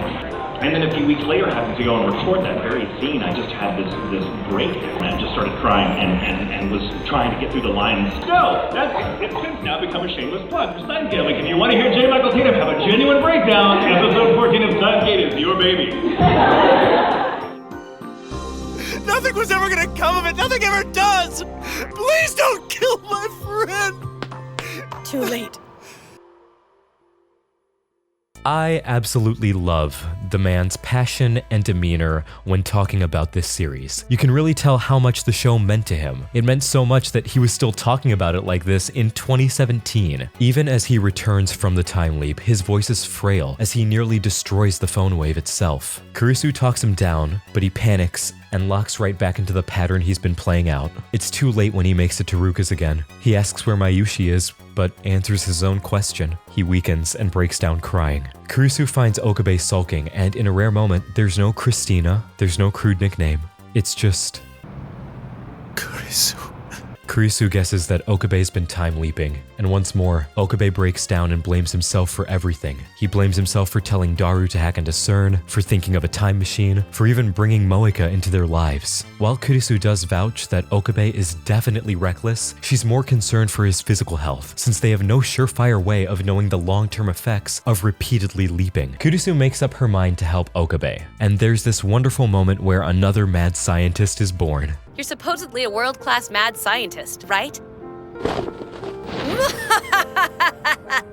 Shut up. This scene is such a display of affection for Kurisu. She's come such a long way to be able to do this, and it makes me happy to see her happy. The duo returns to the lab and begins setting up a time leap. This one is for even earlier. It's for right when the time machine is finished, allowing them the most time they can. Kurisu tells Okabe to explain everything to her again and gives him a trigger phrase that she knows she'll respond to. When you see me, tell me I've been craving my own fork. That's kind of an odd thing. Why not? I already have a spoon waiting to go with it. Yeah, fun story about this little piece of dialogue. This is actually a pretty deep piece of lore, because as it turns out, that spoon was a gift from Kurisu's father, and to her, it represents that her father does still love her somewhere inside. What, you didn't think this show already heard enough? No.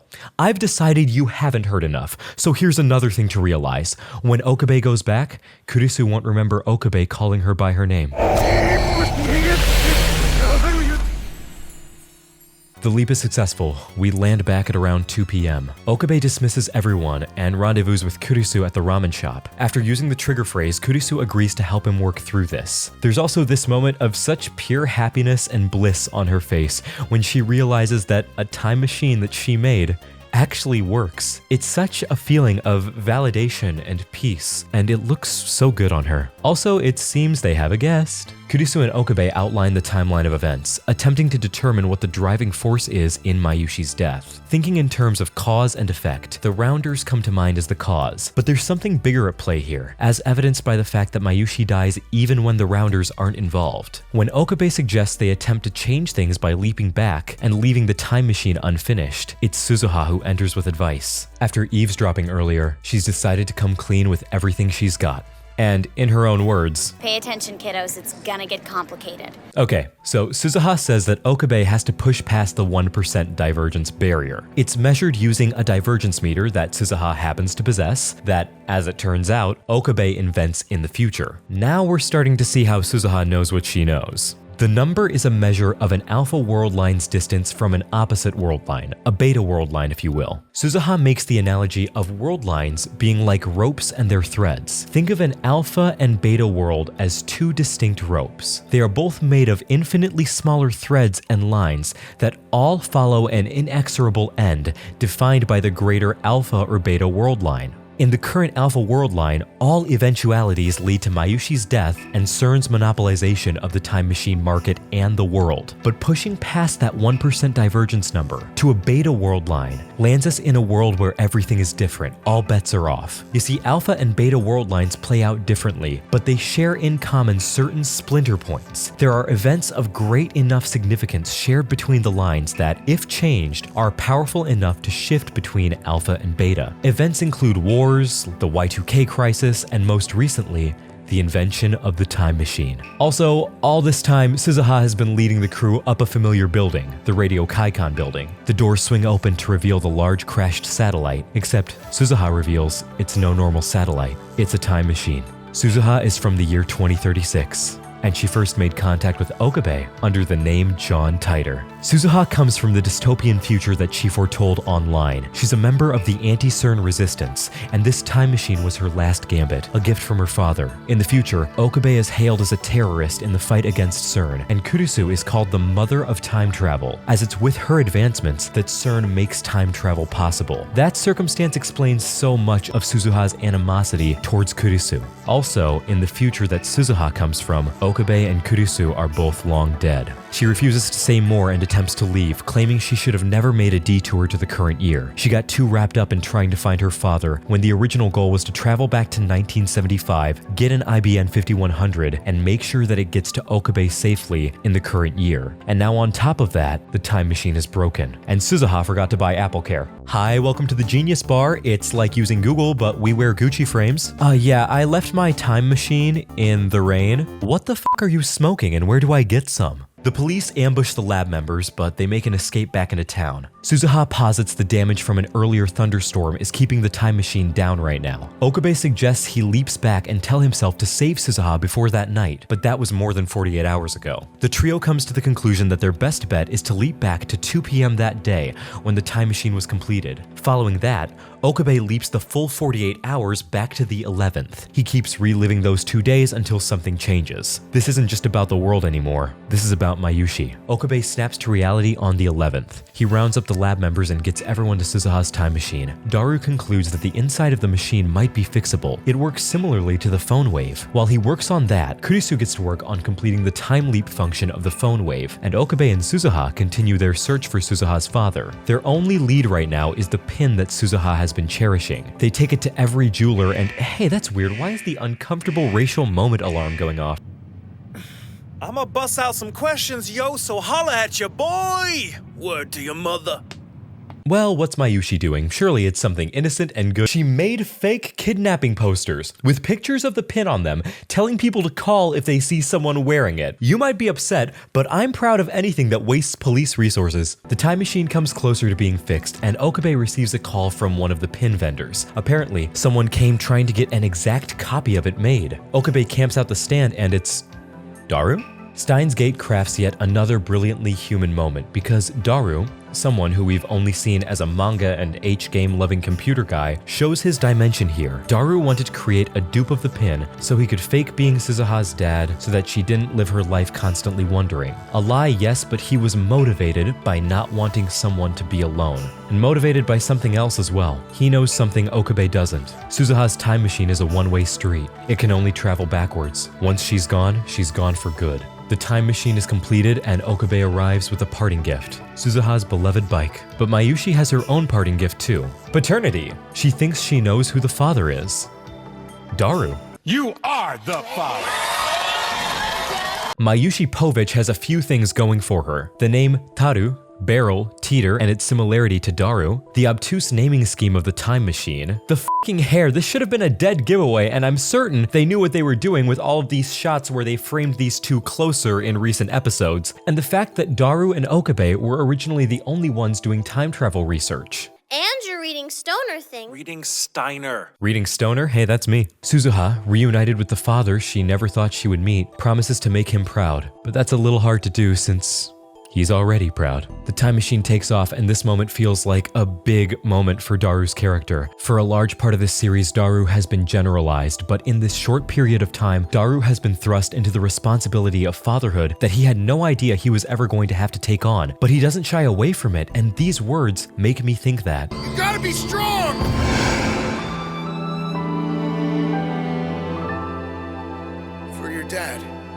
Later at the lab, Kurisu makes an astute observation. The letters on the pin, their initials. S for Shina Mayushi, H for Hashida Itaru, M for Makise Kurisu, and A for Amane Suzuha. The group checks the divergence meter, but there's no visible change. All they can do is wait for some kind of sign from the now 54-year-old Suzuha. Suddenly, there's a knock at the door. It's Mr. Braun. He has a letter from an old friend. It's Suzuha, but she's taken the name Hashida Suzu. Now all that's left to do is to track down Suzuha and the IBN. Where is she now? A better place. In this moment of horror, I'm once again left singing the praises of how this show portrays emotion through expressions and camera angles. There's Daru's look of horror on his face. He's a man who's only just been reunited with the daughter he never knew he would lose, only to now feel like he sent her away to die before he could ever become close with her. Combine it with the rest of the crew's empty, defeated gazes, and the way the scene uses low angles to make things seem bigger, more menacing, and communicate to the audience the defeated feeling of the crew, and it becomes a very hard-hitting picture. They feel weak, powerless, like causality is laughing at them at every turn. They gave an immense effort, and all they have to show for it is another lost life. Suzuha details that the time machine wasn't fully fixed. There was a critical error. Do you remember the thunderstorm? Do you remember when I told you something was off? The time machine.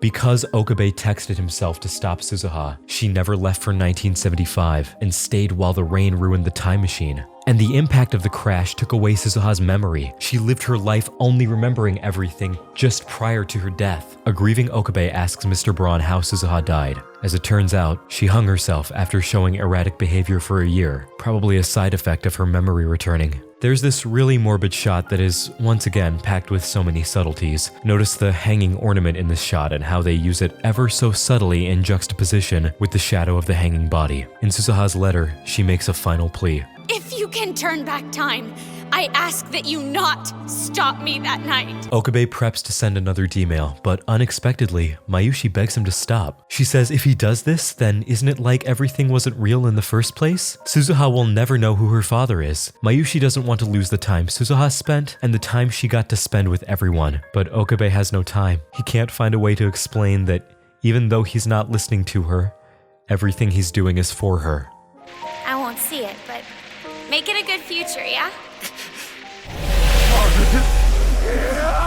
There's a shift in the air. Okabe talks to Mr. Braun again. Mr. Braun confirms once more that Hashida Suzu has been long dead, passed away 10 years ago. Okabe's face hangs heavy as he asks how she died, but he's met with swift relief when he hears that she passed naturally in this timeline. Mr. Braun takes him to her place, talks about how good Suzuha was to him, and eventually gives Okabe the divergence meter, 0.4. The number is just that little bit closer to 1. As Okabe is on the way home, he notices something. It's the 13th. This should be the day it all happens.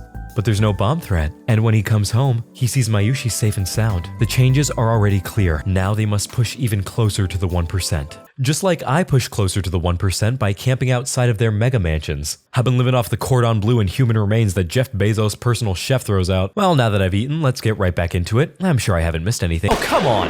Okabe leaps back a few hours and begs for Kurisu's help.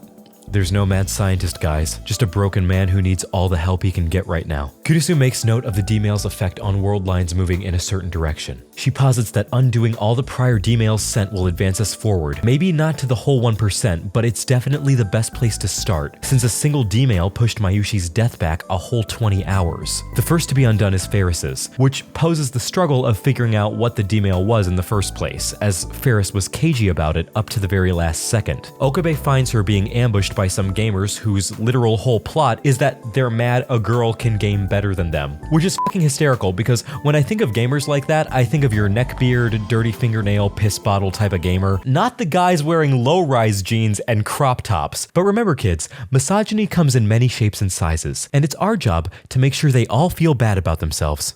You look like Zara and Urban Outfitters had a bad one-night stand. You are not giving runway, you are giving dude who sucks dick just to get seats by the runway. I should know. I am those dudes. Look, here I am at the V-Files show with Young Thug. While Okabe and Ferris flee from the gamers, Okabe detours her to the ramen shop that was formerly Queen May's. Convenient that this restaurant was left unlocked in the middle of the day with nobody inside. You know, those are all the ingredients needed for a flashback. Oh shit, pupil dilation. The memories come flooding back to Ferris. She remembers sending the D-mail and everything. Okabe begs her to give up the mail's contents, but she's unsure, even when she's told Mayushi's life is at stake. The duo gets ambushed by the gamers, but they're saved by Ferris's father and the family butler. Back at the apartment, Ferris's father reveals that, in this timeline, the IBN was in his possession until several years ago, when he was told Ferris was kidnapped and the ransom far exceeded the money he had at the time. To supplement it, he sold the IBN, a decision he regrets since he feels he betrayed the friend who helped him get a hold of it in the first place. And guess who that was?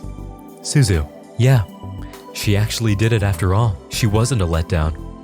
She made everyone proud, and it's up to Okabe to pay her back for that. Ferris herself later reveals that the kidnapping was her idea. You see, Ferris in the other timeline told her father she hated him when he left for a business trip, so he caught an early flight back, but that flight crashed. So she sent a ransom text to her father to bring him back instead, the very one that caused the IBN to be sold, but that saved her father. Broken, she agrees to undo it. This is a big moment for Ferris's character, as she's kept herself pretty walled off.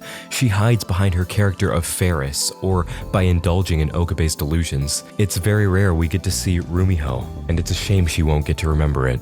Goodbye, Daddy.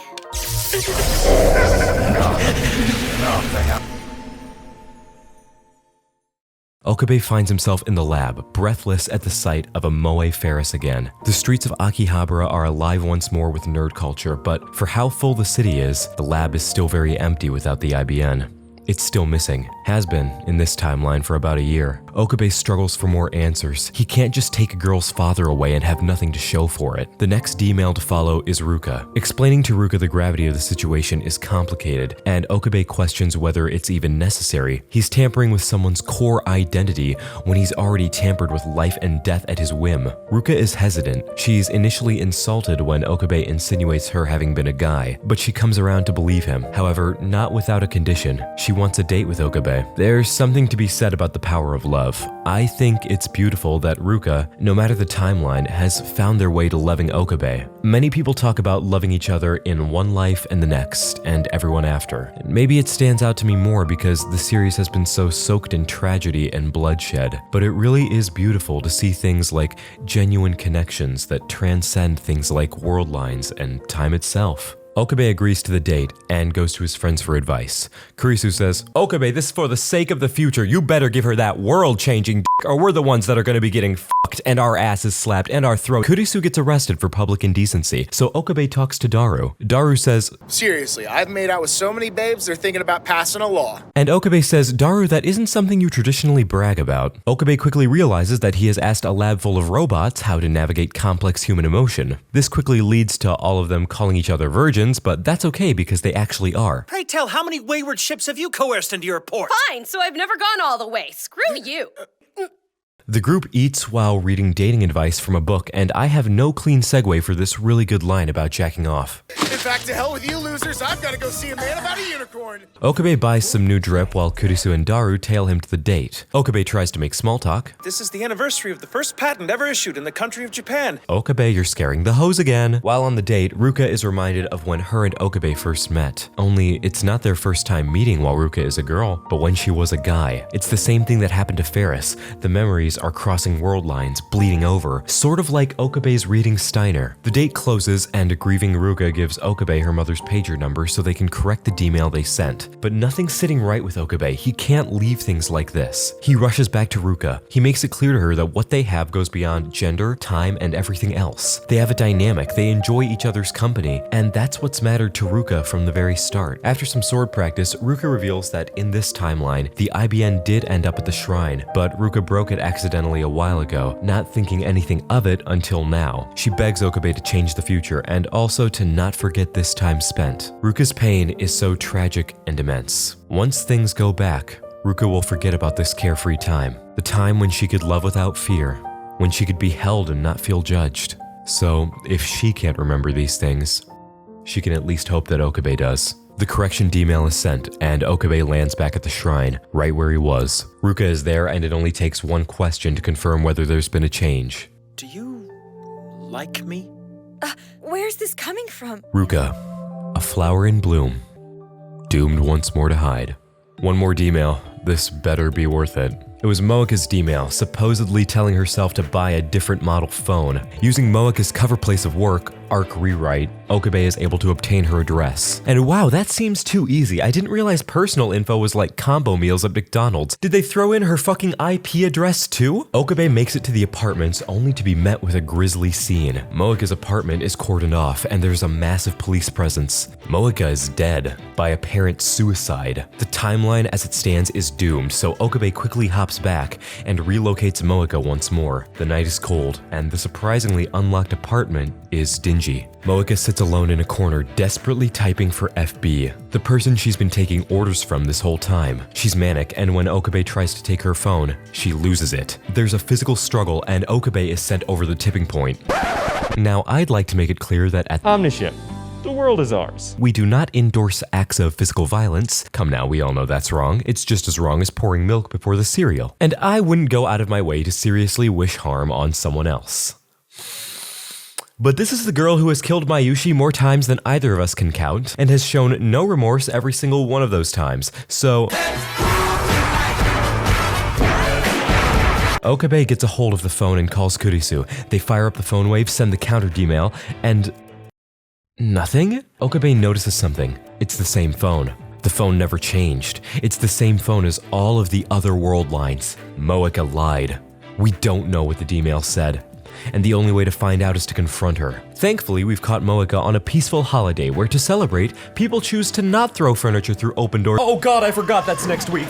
They hear a neighbor approaching, and as a cover, Okabe decides to make it look like they're doing the horizontal tango. Moeka bites Okabe's lip in retaliation. The two back off from each other. There's a pause, and Moeka says, "Ayo, you think this blood stain on my titties looks like Pikachu? Are you fucking kidding me?" Okabe asks her what the D-mail said, but she refuses to give it up. She won't betray FB. Even though she's never met FB in her life, she says FB is the one who took her off the streets when no one would take her in. Oh, how blind Moeka is to not see that that's exactly what Okabe and everyone else did. When Okabe tells her what happens to her for her loyalty in the future, she's broken. She can't accept that FB would just leave her to die. Taking advantage of her distraction, Okabe finds the original D-mail. It's just as we suspected. She tipped off her past self to the fact that the IBN was hidden at the Yanabayashi shrine. Okabe calls Kurisu and preps the phone wave again. The microwave is going, and so is the TV downstairs. Hey, I know this is a climactic moment, but I wonder if there's anything good playing. El amor que dura para siempre. Oh, God, that was a long day at work. Hi, honey. Tenemos que hablar. ¿Dónde estabas anoche? What? ¿Crees que soy tonta? Papá. Whoa, whoa, whoa. Cállate. Odio cuando haces esto. Slow down. ¿Puedo vivir con mamá tras el divorcio? Where did you guys learn Spanish? We're from Fort Wayne, Indiana. ¿Escuchando? Next time on El amor que dura para siempre. Yeah, it was crazy. I got back from my shift at the Winston cigarette factory, and my whole family wouldn't stop yelling at me in Spanish. Interesante. No! El amor que dura para siempre. CBS. God, there is nothing good on TV these days. So Okabe sends a text from Moeka's phone to tell her that the shrine is a trap and to not go and steal the IBN, but nothing changes. Moeka isn't gonna believe it, not unless it's from someone she trusts blindly, and that's FB. Okabe goes to leave, but Moeka gives him a big tip as he goes. The IBN is hidden in some coin lockers downtown. Okabe moves to stake out the lockers, and he's joined by Moeka. She figures if FB is gonna be there, she wants a chance to meet them too. They're staked out for days. In the meantime, Okabe reads some of the messages from FB. They're oddly encouraging, almost motherly in a way. They comfort Moeka. It leads Okabe to believe that FB might be a woman. There's little time to consider that though, as soon, a nondescript man shows up. He fumbles with the locker before loading the IBN onto a dolly. Could this be FB? No, it's not nearly that easy. As Okabe and Moeka tail the IBN, they watch it trade hands several times. Some of the tails are confusing. Okabe even ends up having to leap back once or twice to reset. But the most unexpected part of the tale is when a familiar truck pulls up. Mr. Braun. This makes no sense to Okabe. He leaps back so Moeka and him can procure a car to follow Mr. Braun. Hey Okabe, do you take the Benadryl before or after operating heavy machinery? Please be so for real right now. They camp at Braun's house for hours, all the way to the crack of dawn, where he hands off the IBN once again, and it's set on a plane overseas. Anxious, the gang corners Mr. Braun early in the morning. Nye is still sleeping when the gang sits down for tea. They cut straight to the chase. What does Mr. Braun know about the IBN, FB, everything? And can he get them a meeting with FB? Mr. Braun takes a long contemplative sip of his drink before he calls out Moeka by her secret code name, M4. It's the name only FB knows. That's when it all clicks. The messages weren't maternal, they were paternal. The name Mr. Braun and FB, they're related. Mr. Braun sells Braun tube TVs, CRT TVs that is. And who invented those? Ferdinand Braun. FB. Mr. Braun tells the group they should take this conversation somewhere else, for Nye's sake. The scene cuts. It's a busy construction site downtown. Mr. Braun comes clean right off the bat. He's FB. All the paternal care was just a ploy to gain Moeka's trust. He does it with everyone. And he cuts off contact with Moeka in the future because she outlived her usefulness the minute she secured the IBN. This cold, heartless demeanor is nothing like what we've come to expect from Mr. Braun. Can't believe that you're nothing more than a cern dog. Woof woof. Mr. Braun comments that he's no better than the people he recruits. He lived a cold, lonely life starving on the streets. When someone threw down a rope, he took it. That's how he knows that the things he does works on those types of people. However, that rope all too quickly turns into a noose. The construction site drowns the noise of the shot that kills Moeka. Mr. Braun laments that he always thought about running, but he didn't want Nye to have to live a life on the lam. And if he had tried to do it on his own, CERN would have killed Nye. Now there's only one way out of this anymore. Mr. Braun said he didn't want Nye to have to grow up on the run. But I think growing up without a father is pretty bad too. The psychopathy of Mr. Braun is truly horrifying. The guy was cold and unfeeling and calculated for the entire series, reserving pretty much any emotion that he had for Nye. Everything he did without a second thought. He threw away Moeka's life like it was nothing. I think we've all been Moeka at one point, right? We've all felt like the world has turned its back on us. And we're always looking for that light at the end of the tunnel, the rope to climb out of the pit. But it's like Mr. Braun said, you don't realize how quickly that rope becomes a noose. You gotta be careful who's on the other end of that rope, and in this instance, it was Mr. Braun. And in this instance, he only wanted people for his own personal gain. There's something particularly evil about taking advantage of people who were in the same situation that you were. It's like a poor man becoming king and then making it illegal to be poor, right? In another life, I don't think Mr. Braun would be like this. I don't think he should be like this, but I think he's a product of his circumstance, just like Moeka is, just like the entire Future Gadget Laboratory is. But what I can do right now, though, is admire the character design of Mr. Braun and the way he was written. I admire that he still manages to be compelling even in his last and arguably most evil moments. Even in the moment where he's about to take his own life and, by extension, take a father from a daughter, you still feel that twinge of compassion in the back of your heart as he raises that gun to his head. And when Okabe screams, "Wait," you almost feel like you're gonna scream it with him. Mr. Braun is a masterclass in villainy. Mr. Braun is a slow creeping evil, like a leak in the ceiling or mold in the basement. It's innocuous at first, but slowly you realize that it's in everything, and it's affecting everything. Okabe loots the phone from Mr. Braun's body and they send one more D-mail back, telling Moeka to call off the search for the IBN. The world line shifts and Okabe is warped back to Moeka's place where she tells them that she suddenly no longer needs the IBN. Okabe gets a hold of it, does another leap for extra time, and hands it off to Daru, who gets into CERN the same way that I get into all of those targets that I'm banned from, quietly and with a good disguise. Daru will soon get to work wiping everything, including the first D-mail ever sent. Hey, what was that D-mail about again?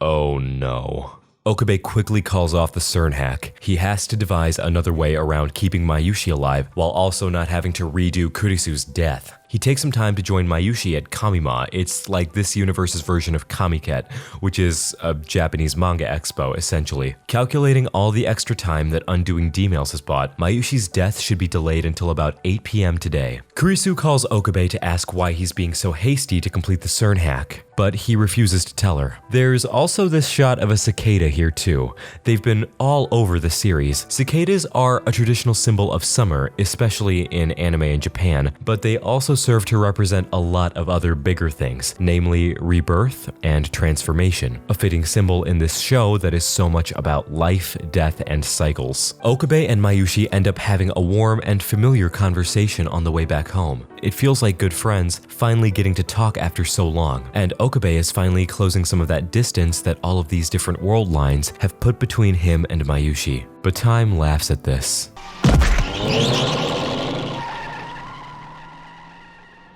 This scene is especially crushing. Okabe tries to put his own life in the place of Mayushi's. We can see that all of this has broken him to his core. He can't keep watching his friends die, and he can't keep taking and taking and taking from people indiscriminately if it means that the end is always the same. He wants to change, so much so that he's willing to put himself on the line. Okabe's transformation from someone arrogant and selfish to someone caring, patient, and self-sacrificing is one of the best character arcs that I've seen in a while. It's so sad that it took so much pain to mold him into this. Mayushi ends up taking the place that Okabe was trying to take in the first place. Okabe holds Mayushi close as the light slips from her eyes.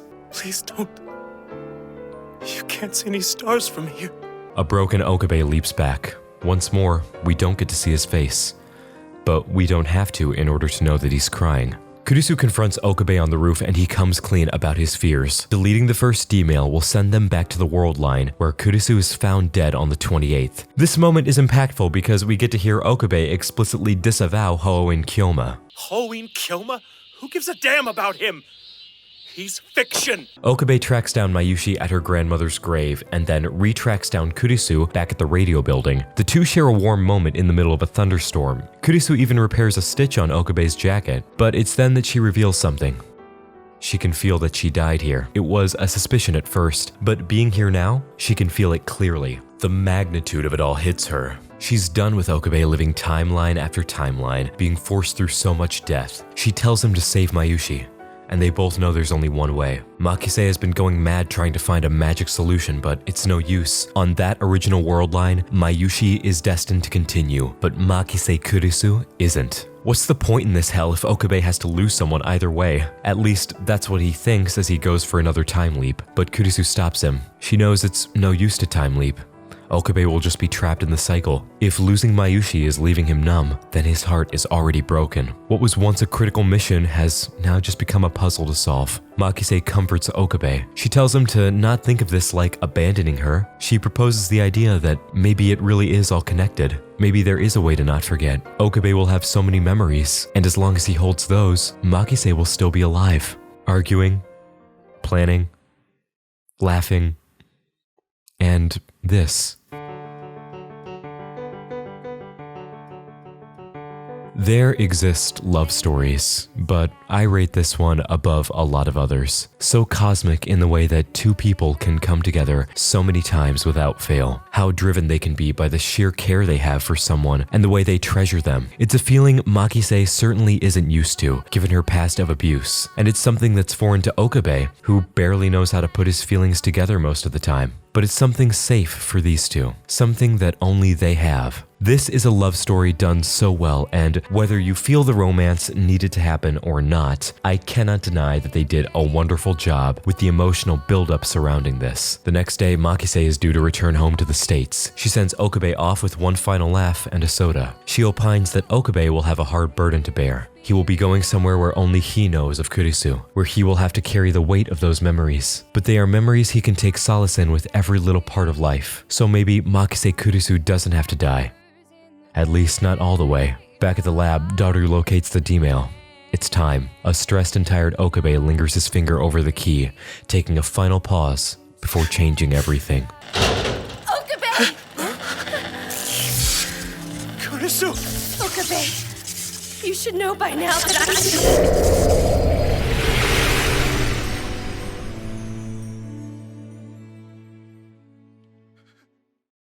1% has been crossed. Okabe looks at a poster, Dr. Nakabachi's successful conference. Just like that, Okabe's back to his delusions to soothe himself. Ah yes, once again, Hoenn Kyoma is triumphant over the organization, and a future of chaos. You don't have to pretend to be Hoenn Kyoma for me. The bad stuff isn't gonna happen to me now. We took apart the phone wave. If we hadn't built it, I'd never have met her. But it came at too high of a price.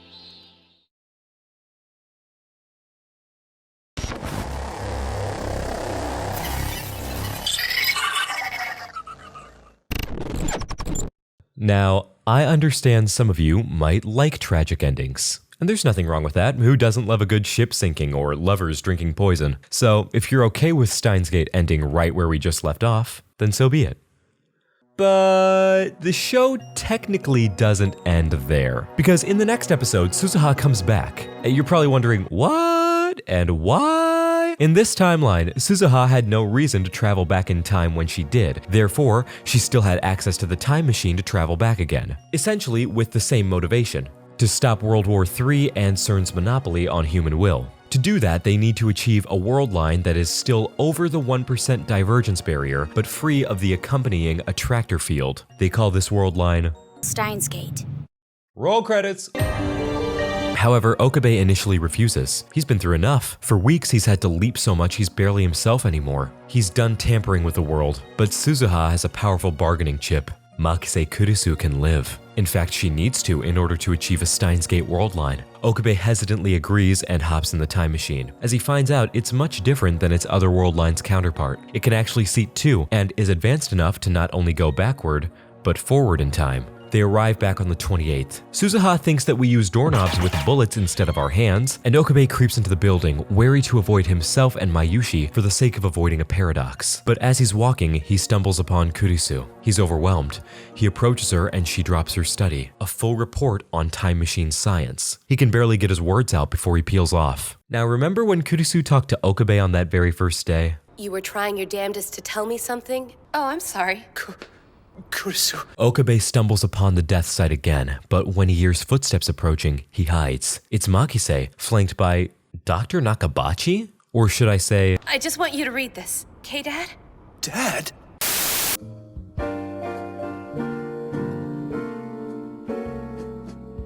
I'm glad I'm doing this segment because something that I want to focus on that I didn't focus enough on was the reveal of Dr. Nakabachi being Christina's father. I mean, this was just really well done no matter how you look at it. They made no indication, barely even mentioned or showed any sign of them being related or even knowing each other or even existing in the same space, really. The only time where we got that was in the beginning, where Christina was at the lecture, but you could even view that as, oh, she's just, she's there because she studies time machines too. She's there like in an academic sense. What bugs me is that we didn't get enough time to explore the aftermath or the fallout of this. I want to know more about the psychology of her father because this is a guy who's stepped on every person and especially every woman in his life in order to get to the top because his fragile ego can't handle anything else. This is a man that's literally willing to do anything because he values his own reputation above all, and it bugs me that such a bombshell good reveal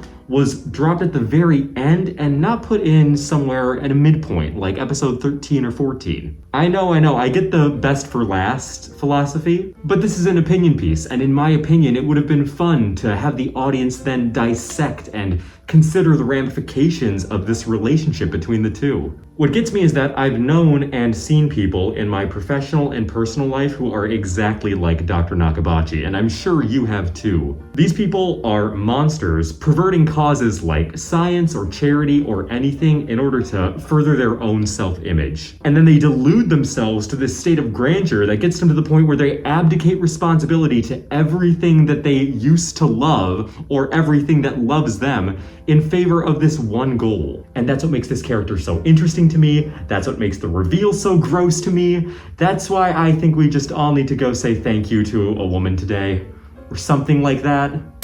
Kurisu is here to give her father the report as a way to bury the hatchet. She wants him to have a way to break back into academia after everyone rejected him, something that he vehemently denies happening. Kurisu is willing to give her father all of this research for free just for a chance to be seen as more in his eyes. Her father is keen to accept the paper, but with no credit to Kurisu, telling her to leave nearly immediately. When he strikes Kurisu, Okabe emerges from the shadows and attempts to wrestle Nakabachi down, but Nakabachi draws a blade. Okabe disarms him, but Nakabachi seizes a nearby screwdriver to threaten Kurisu with, all the while berating her as a failure, a fluke, a mistake, and that's not true, because if she was a real mistake, she would have been made how I was made, with lots of weed on a Florida beach in the 90s.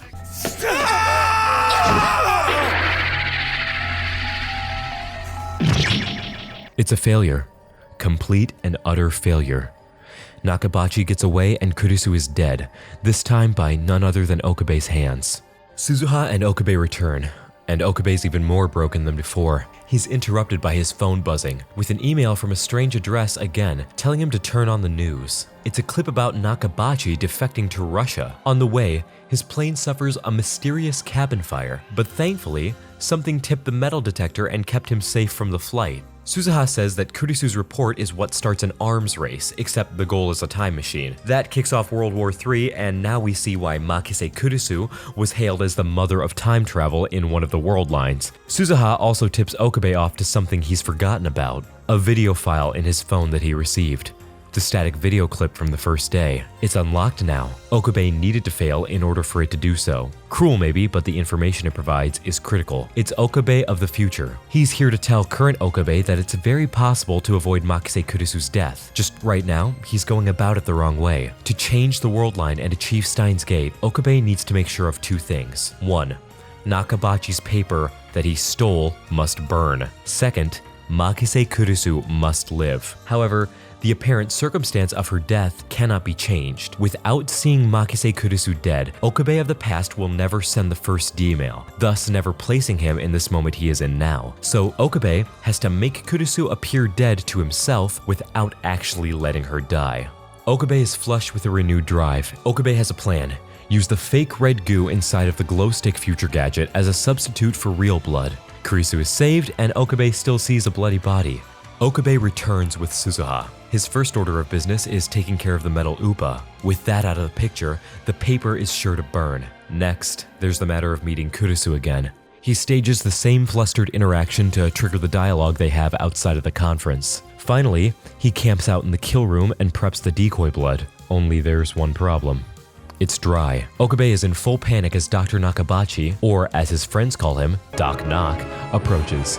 He realizes that he has to find a blood substitute fast. Something in this room will have to do. Suddenly, the choice is obvious. Okabe emerges from his hiding spot and provokes the doctor into running him through with the knife. The wound hurts, but in between these horrifying and uncomfy close-up shots that really accentuate the horror of the moment, Nakabachi is intimidated enough to flee. Kurisu calls an ambulance for Okabe, but he has one last trick up his sleeve.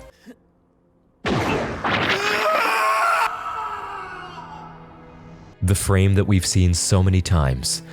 The portrait is finally complete. Suzuha hauls Okabe away. He watches his past self stumble upon the body, and in his last moments in this time, he wishes him good luck. The machine leaps back, and as the credits roll, we see Okabe handing out the Future Gadget Lab pins to all of the members. Okabe roams the streets of Akihabara alone, his heart heavy at the thought of Kurisu. However, he's able to be content, for once in a long time. As long as she's out there, somewhere, doing what she loves, then this world is a better place. Perhaps the universe can't justifiably be called infinite. But the possibilities within it? Different story altogether. That much I've learned. This is the choice of Steins Gate.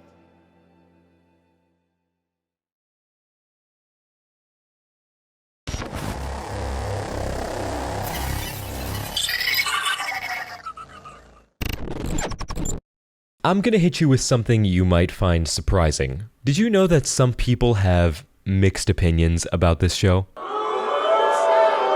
Hey, whoa, I didn't say it was me. I did a lot of research for this show, and some of that was going through old reviews from back in the day when this show was airing or had finished airing recently. And yeah, there's plenty of people hailing this show as a masterpiece, a thriller. I mean, the list goes on, but there are plenty of people calling this show a letdown in a lot of ways. There's nothing wrong with that. Everyone's going to have different opinions. However, I have been overwhelmingly positive about this show, and because I believe in looking at things from both sides to think critically, I would be remiss if I didn't talk about some of these criticisms. So I wanted to look at 5 of the biggest criticisms that I've seen, give my thoughts, and wrap up this fever dream so I can move on to the next one about some dead notebook, I guess. So number 1, fake sci-fi.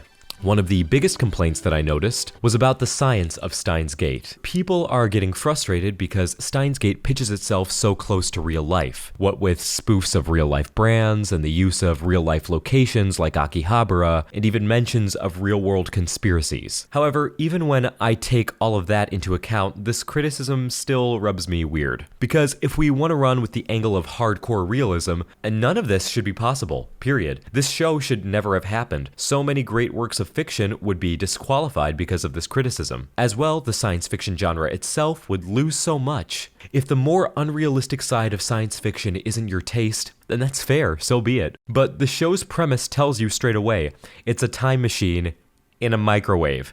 It's one of the first things that I said about this show in this video. There is an anticipation of a large degree of suspension of disbelief. And if you feel like the show didn't earn that suspension, then that is fair. Number 2, the art style. This one's relatively quick. It's not something that needs a lot of debate.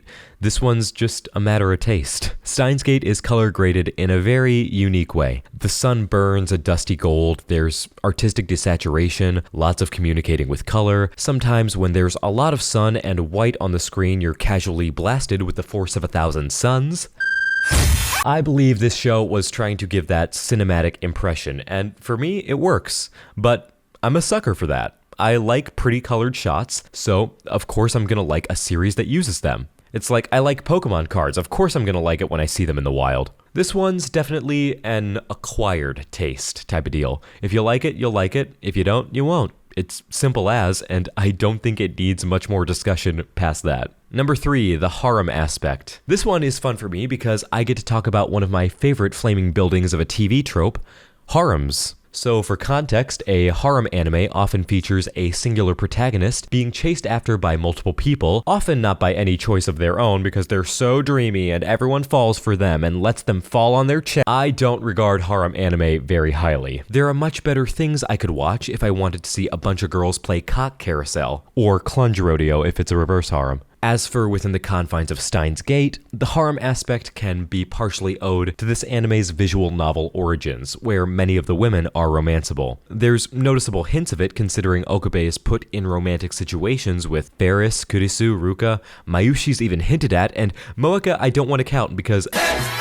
But I'm going to approach this the same way I approach romance in general. I don't think a series ever needs romance, but if you can write it in an endearing way or structure it in a way that is cohesive with the overall plot, good. With that in mind, I think Kurisu and Ruka are the standouts here. Ferris's attraction boils down to playful chemistry. Moeka isn't implicitly or explicitly shown to carry a mutual attraction with Okabe, and Mayushi always seemed to tread the platonic line. Ruka's romance is tragic for so many reasons. Having lived one way for so long, being thrust into a new life and identity without your knowledge, finally experiencing freedom with your emotions only to have to sacrifice it because some guy you like is being chased by Swiss researchers. I hate that Ruka's story had to go like it did because I hate seeing people have to bottle up their feelings. And I don't want anyone to take away the idea that you have to bottle yourself up in order to live. You should always be able to be yourself. Kurisu's romance is tragic in its own regard, but overall, it's beautiful. Kurisu helped change Okabe for the better. She made him reconsider his outlook on himself, his friends, the world, everything. She gave him something to strive for, and she was there no matter what,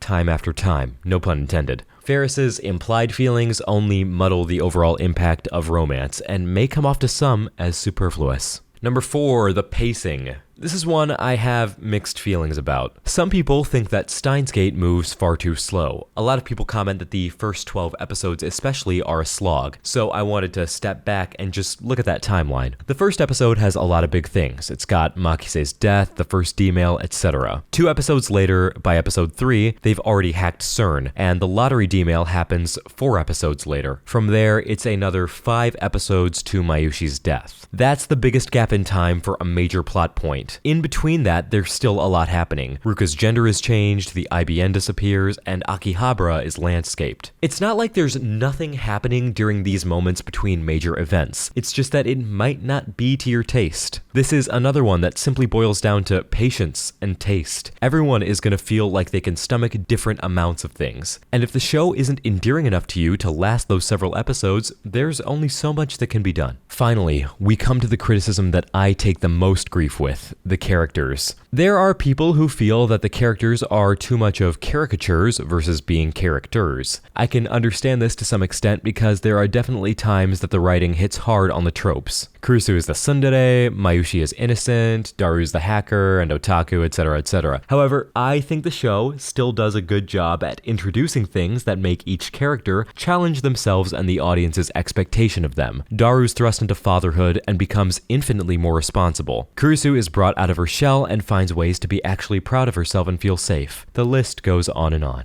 Overall, I think Steins Gate leaves a good feeling. There's some things that are hard to swallow. I mean, compressing 3 terabytes of data into 36 bytes using a black hole...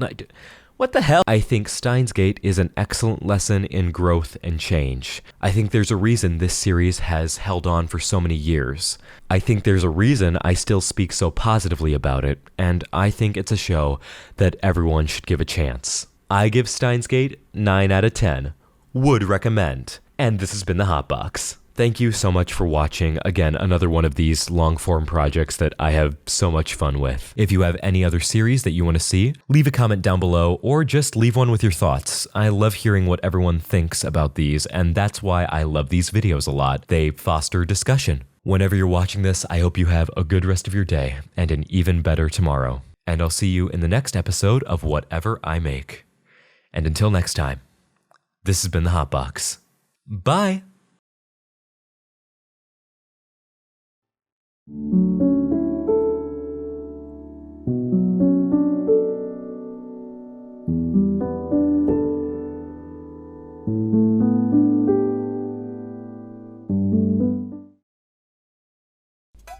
Whoops.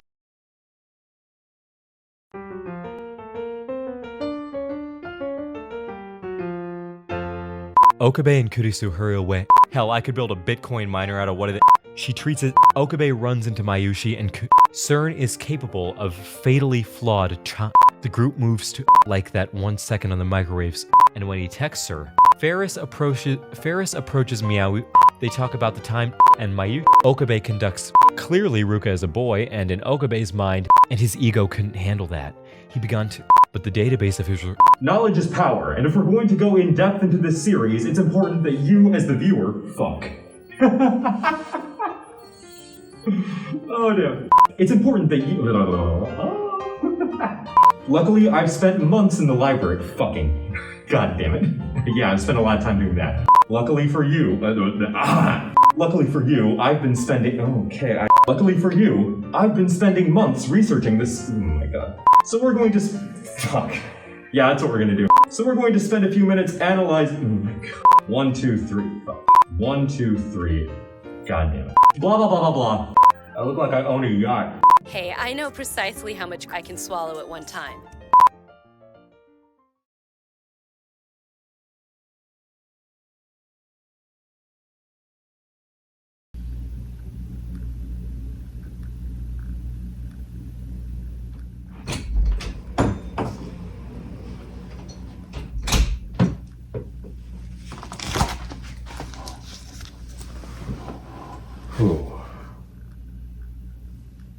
Hi. I'm the Hotbox. It's around midnight when I'm recording this, and I only have a little bit of the video left to edit. I have to do some final audio mixing and then, of course, put this part in, but it hit me as I was finishing working that I've spent a lot of time on this video. More than a lot of you know. I started this video 2.5 years ago, and that's not something that I say necessarily proudly. There was a lot that happened and a lot that I let get in the way, and I lost track of this video for a very long time, so finishing this video means a lot to me. So that's why I'm here at 12:43. It's not even almost midnight, it's past midnight. So that's why I'm here in the ass crack of the night talking to a camera in the part of the house that will be the quietest so that I don't disturb the neighbors, because I've spent a lot of time on this video. And I want to look back one last time before I go on to the next thing and give my real final thoughts on this video. It's not a whole lot, but I've got it here. You're gonna find I'm a big fan of physical media and physical stuff. The first thing, and I have it in big capital letters, the fucking tighter mispronunciation. I think at one point I heard it said like that, maybe in like the original Japanese audio or something, and it stuck with me. Maybe in my head I was like, oh, it's German or Dutch, so you know, like Tita or Franz or something like that, you know? Whatever it was, I'm sorry about it. I pissed myself off listening to it for the past 3 days or so working on this. But if you already commented about it, thanks. It's good for the algorithm. I appreciate that. The next thing is the balance of review and recap. This is something that I thought about over these past, months and years. I feel like a lot of video essays that I see on YouTube turn into just plot summaries or are just actual slop. And I know that's an overused word these days, but it fits here. And that's why with the horrible reviews, I like to do some more short form so that I can get my points across directly. Or when the series has more meat like this, and there's more material and I can dive deeper and I don't feel so bad about doing a lot of recap because then you expand on it. That's my take on it. If you're going to recap shit, make sure that you actually expand on what's happening and the themes there instead of just saying, they went in the door, they got on the train. Because that is genuinely adding nothing. Let's see, I wrote something, for the next one, I wrote something very mean about the audio balancing that I won't repeat because I definitely wrote it when I was very sleep deprived and frustrated at the editing. And the poor audio engineer doesn't really deserve to be an outlet for that level of frustration, but I will say that there were some parts that were pretty poorly balanced. I'm pretty sure I took screenshots, so I'm gonna throw them up here. But there were certain points where you'd have audio going down, and then you'd have a very sharp spike out of nowhere. It's little things like that that deserve to be pointed out and improved on, but that definitely doesn't deserve what I wrote here. So on to the last thing, and it's one that only really occurred to me tonight. The fact that this dub is now lost media, technically. I've always been one to use the dubbed version of stuff if I can. A lot of people think that's weird. I appreciate both dub and sub. But I enjoy dubbing because I enjoy the process, I enjoy the idea of recreating the Foley, of rewriting and reimagining the lines. And yeah, sometimes the shit turns out pretty cringy, but other times, it's done well.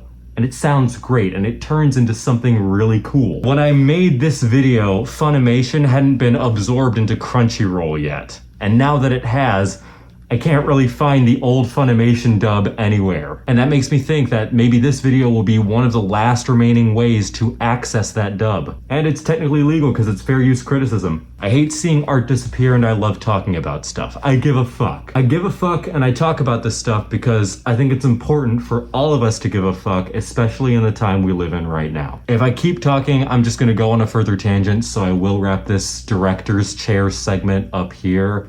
But let me know if you guys like these things. I like doing these, especially for these longer videos. And I think, at least for me, it was really important to do this kind of a retrospective. So I want to thank you one more time for watching, and if I leave you with anything, give a fuck and make shit.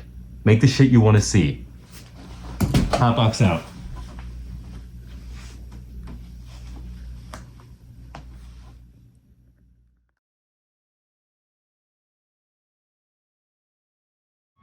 Wait, where'd you guys go? The hell? Shit, not the cops? Ah, well,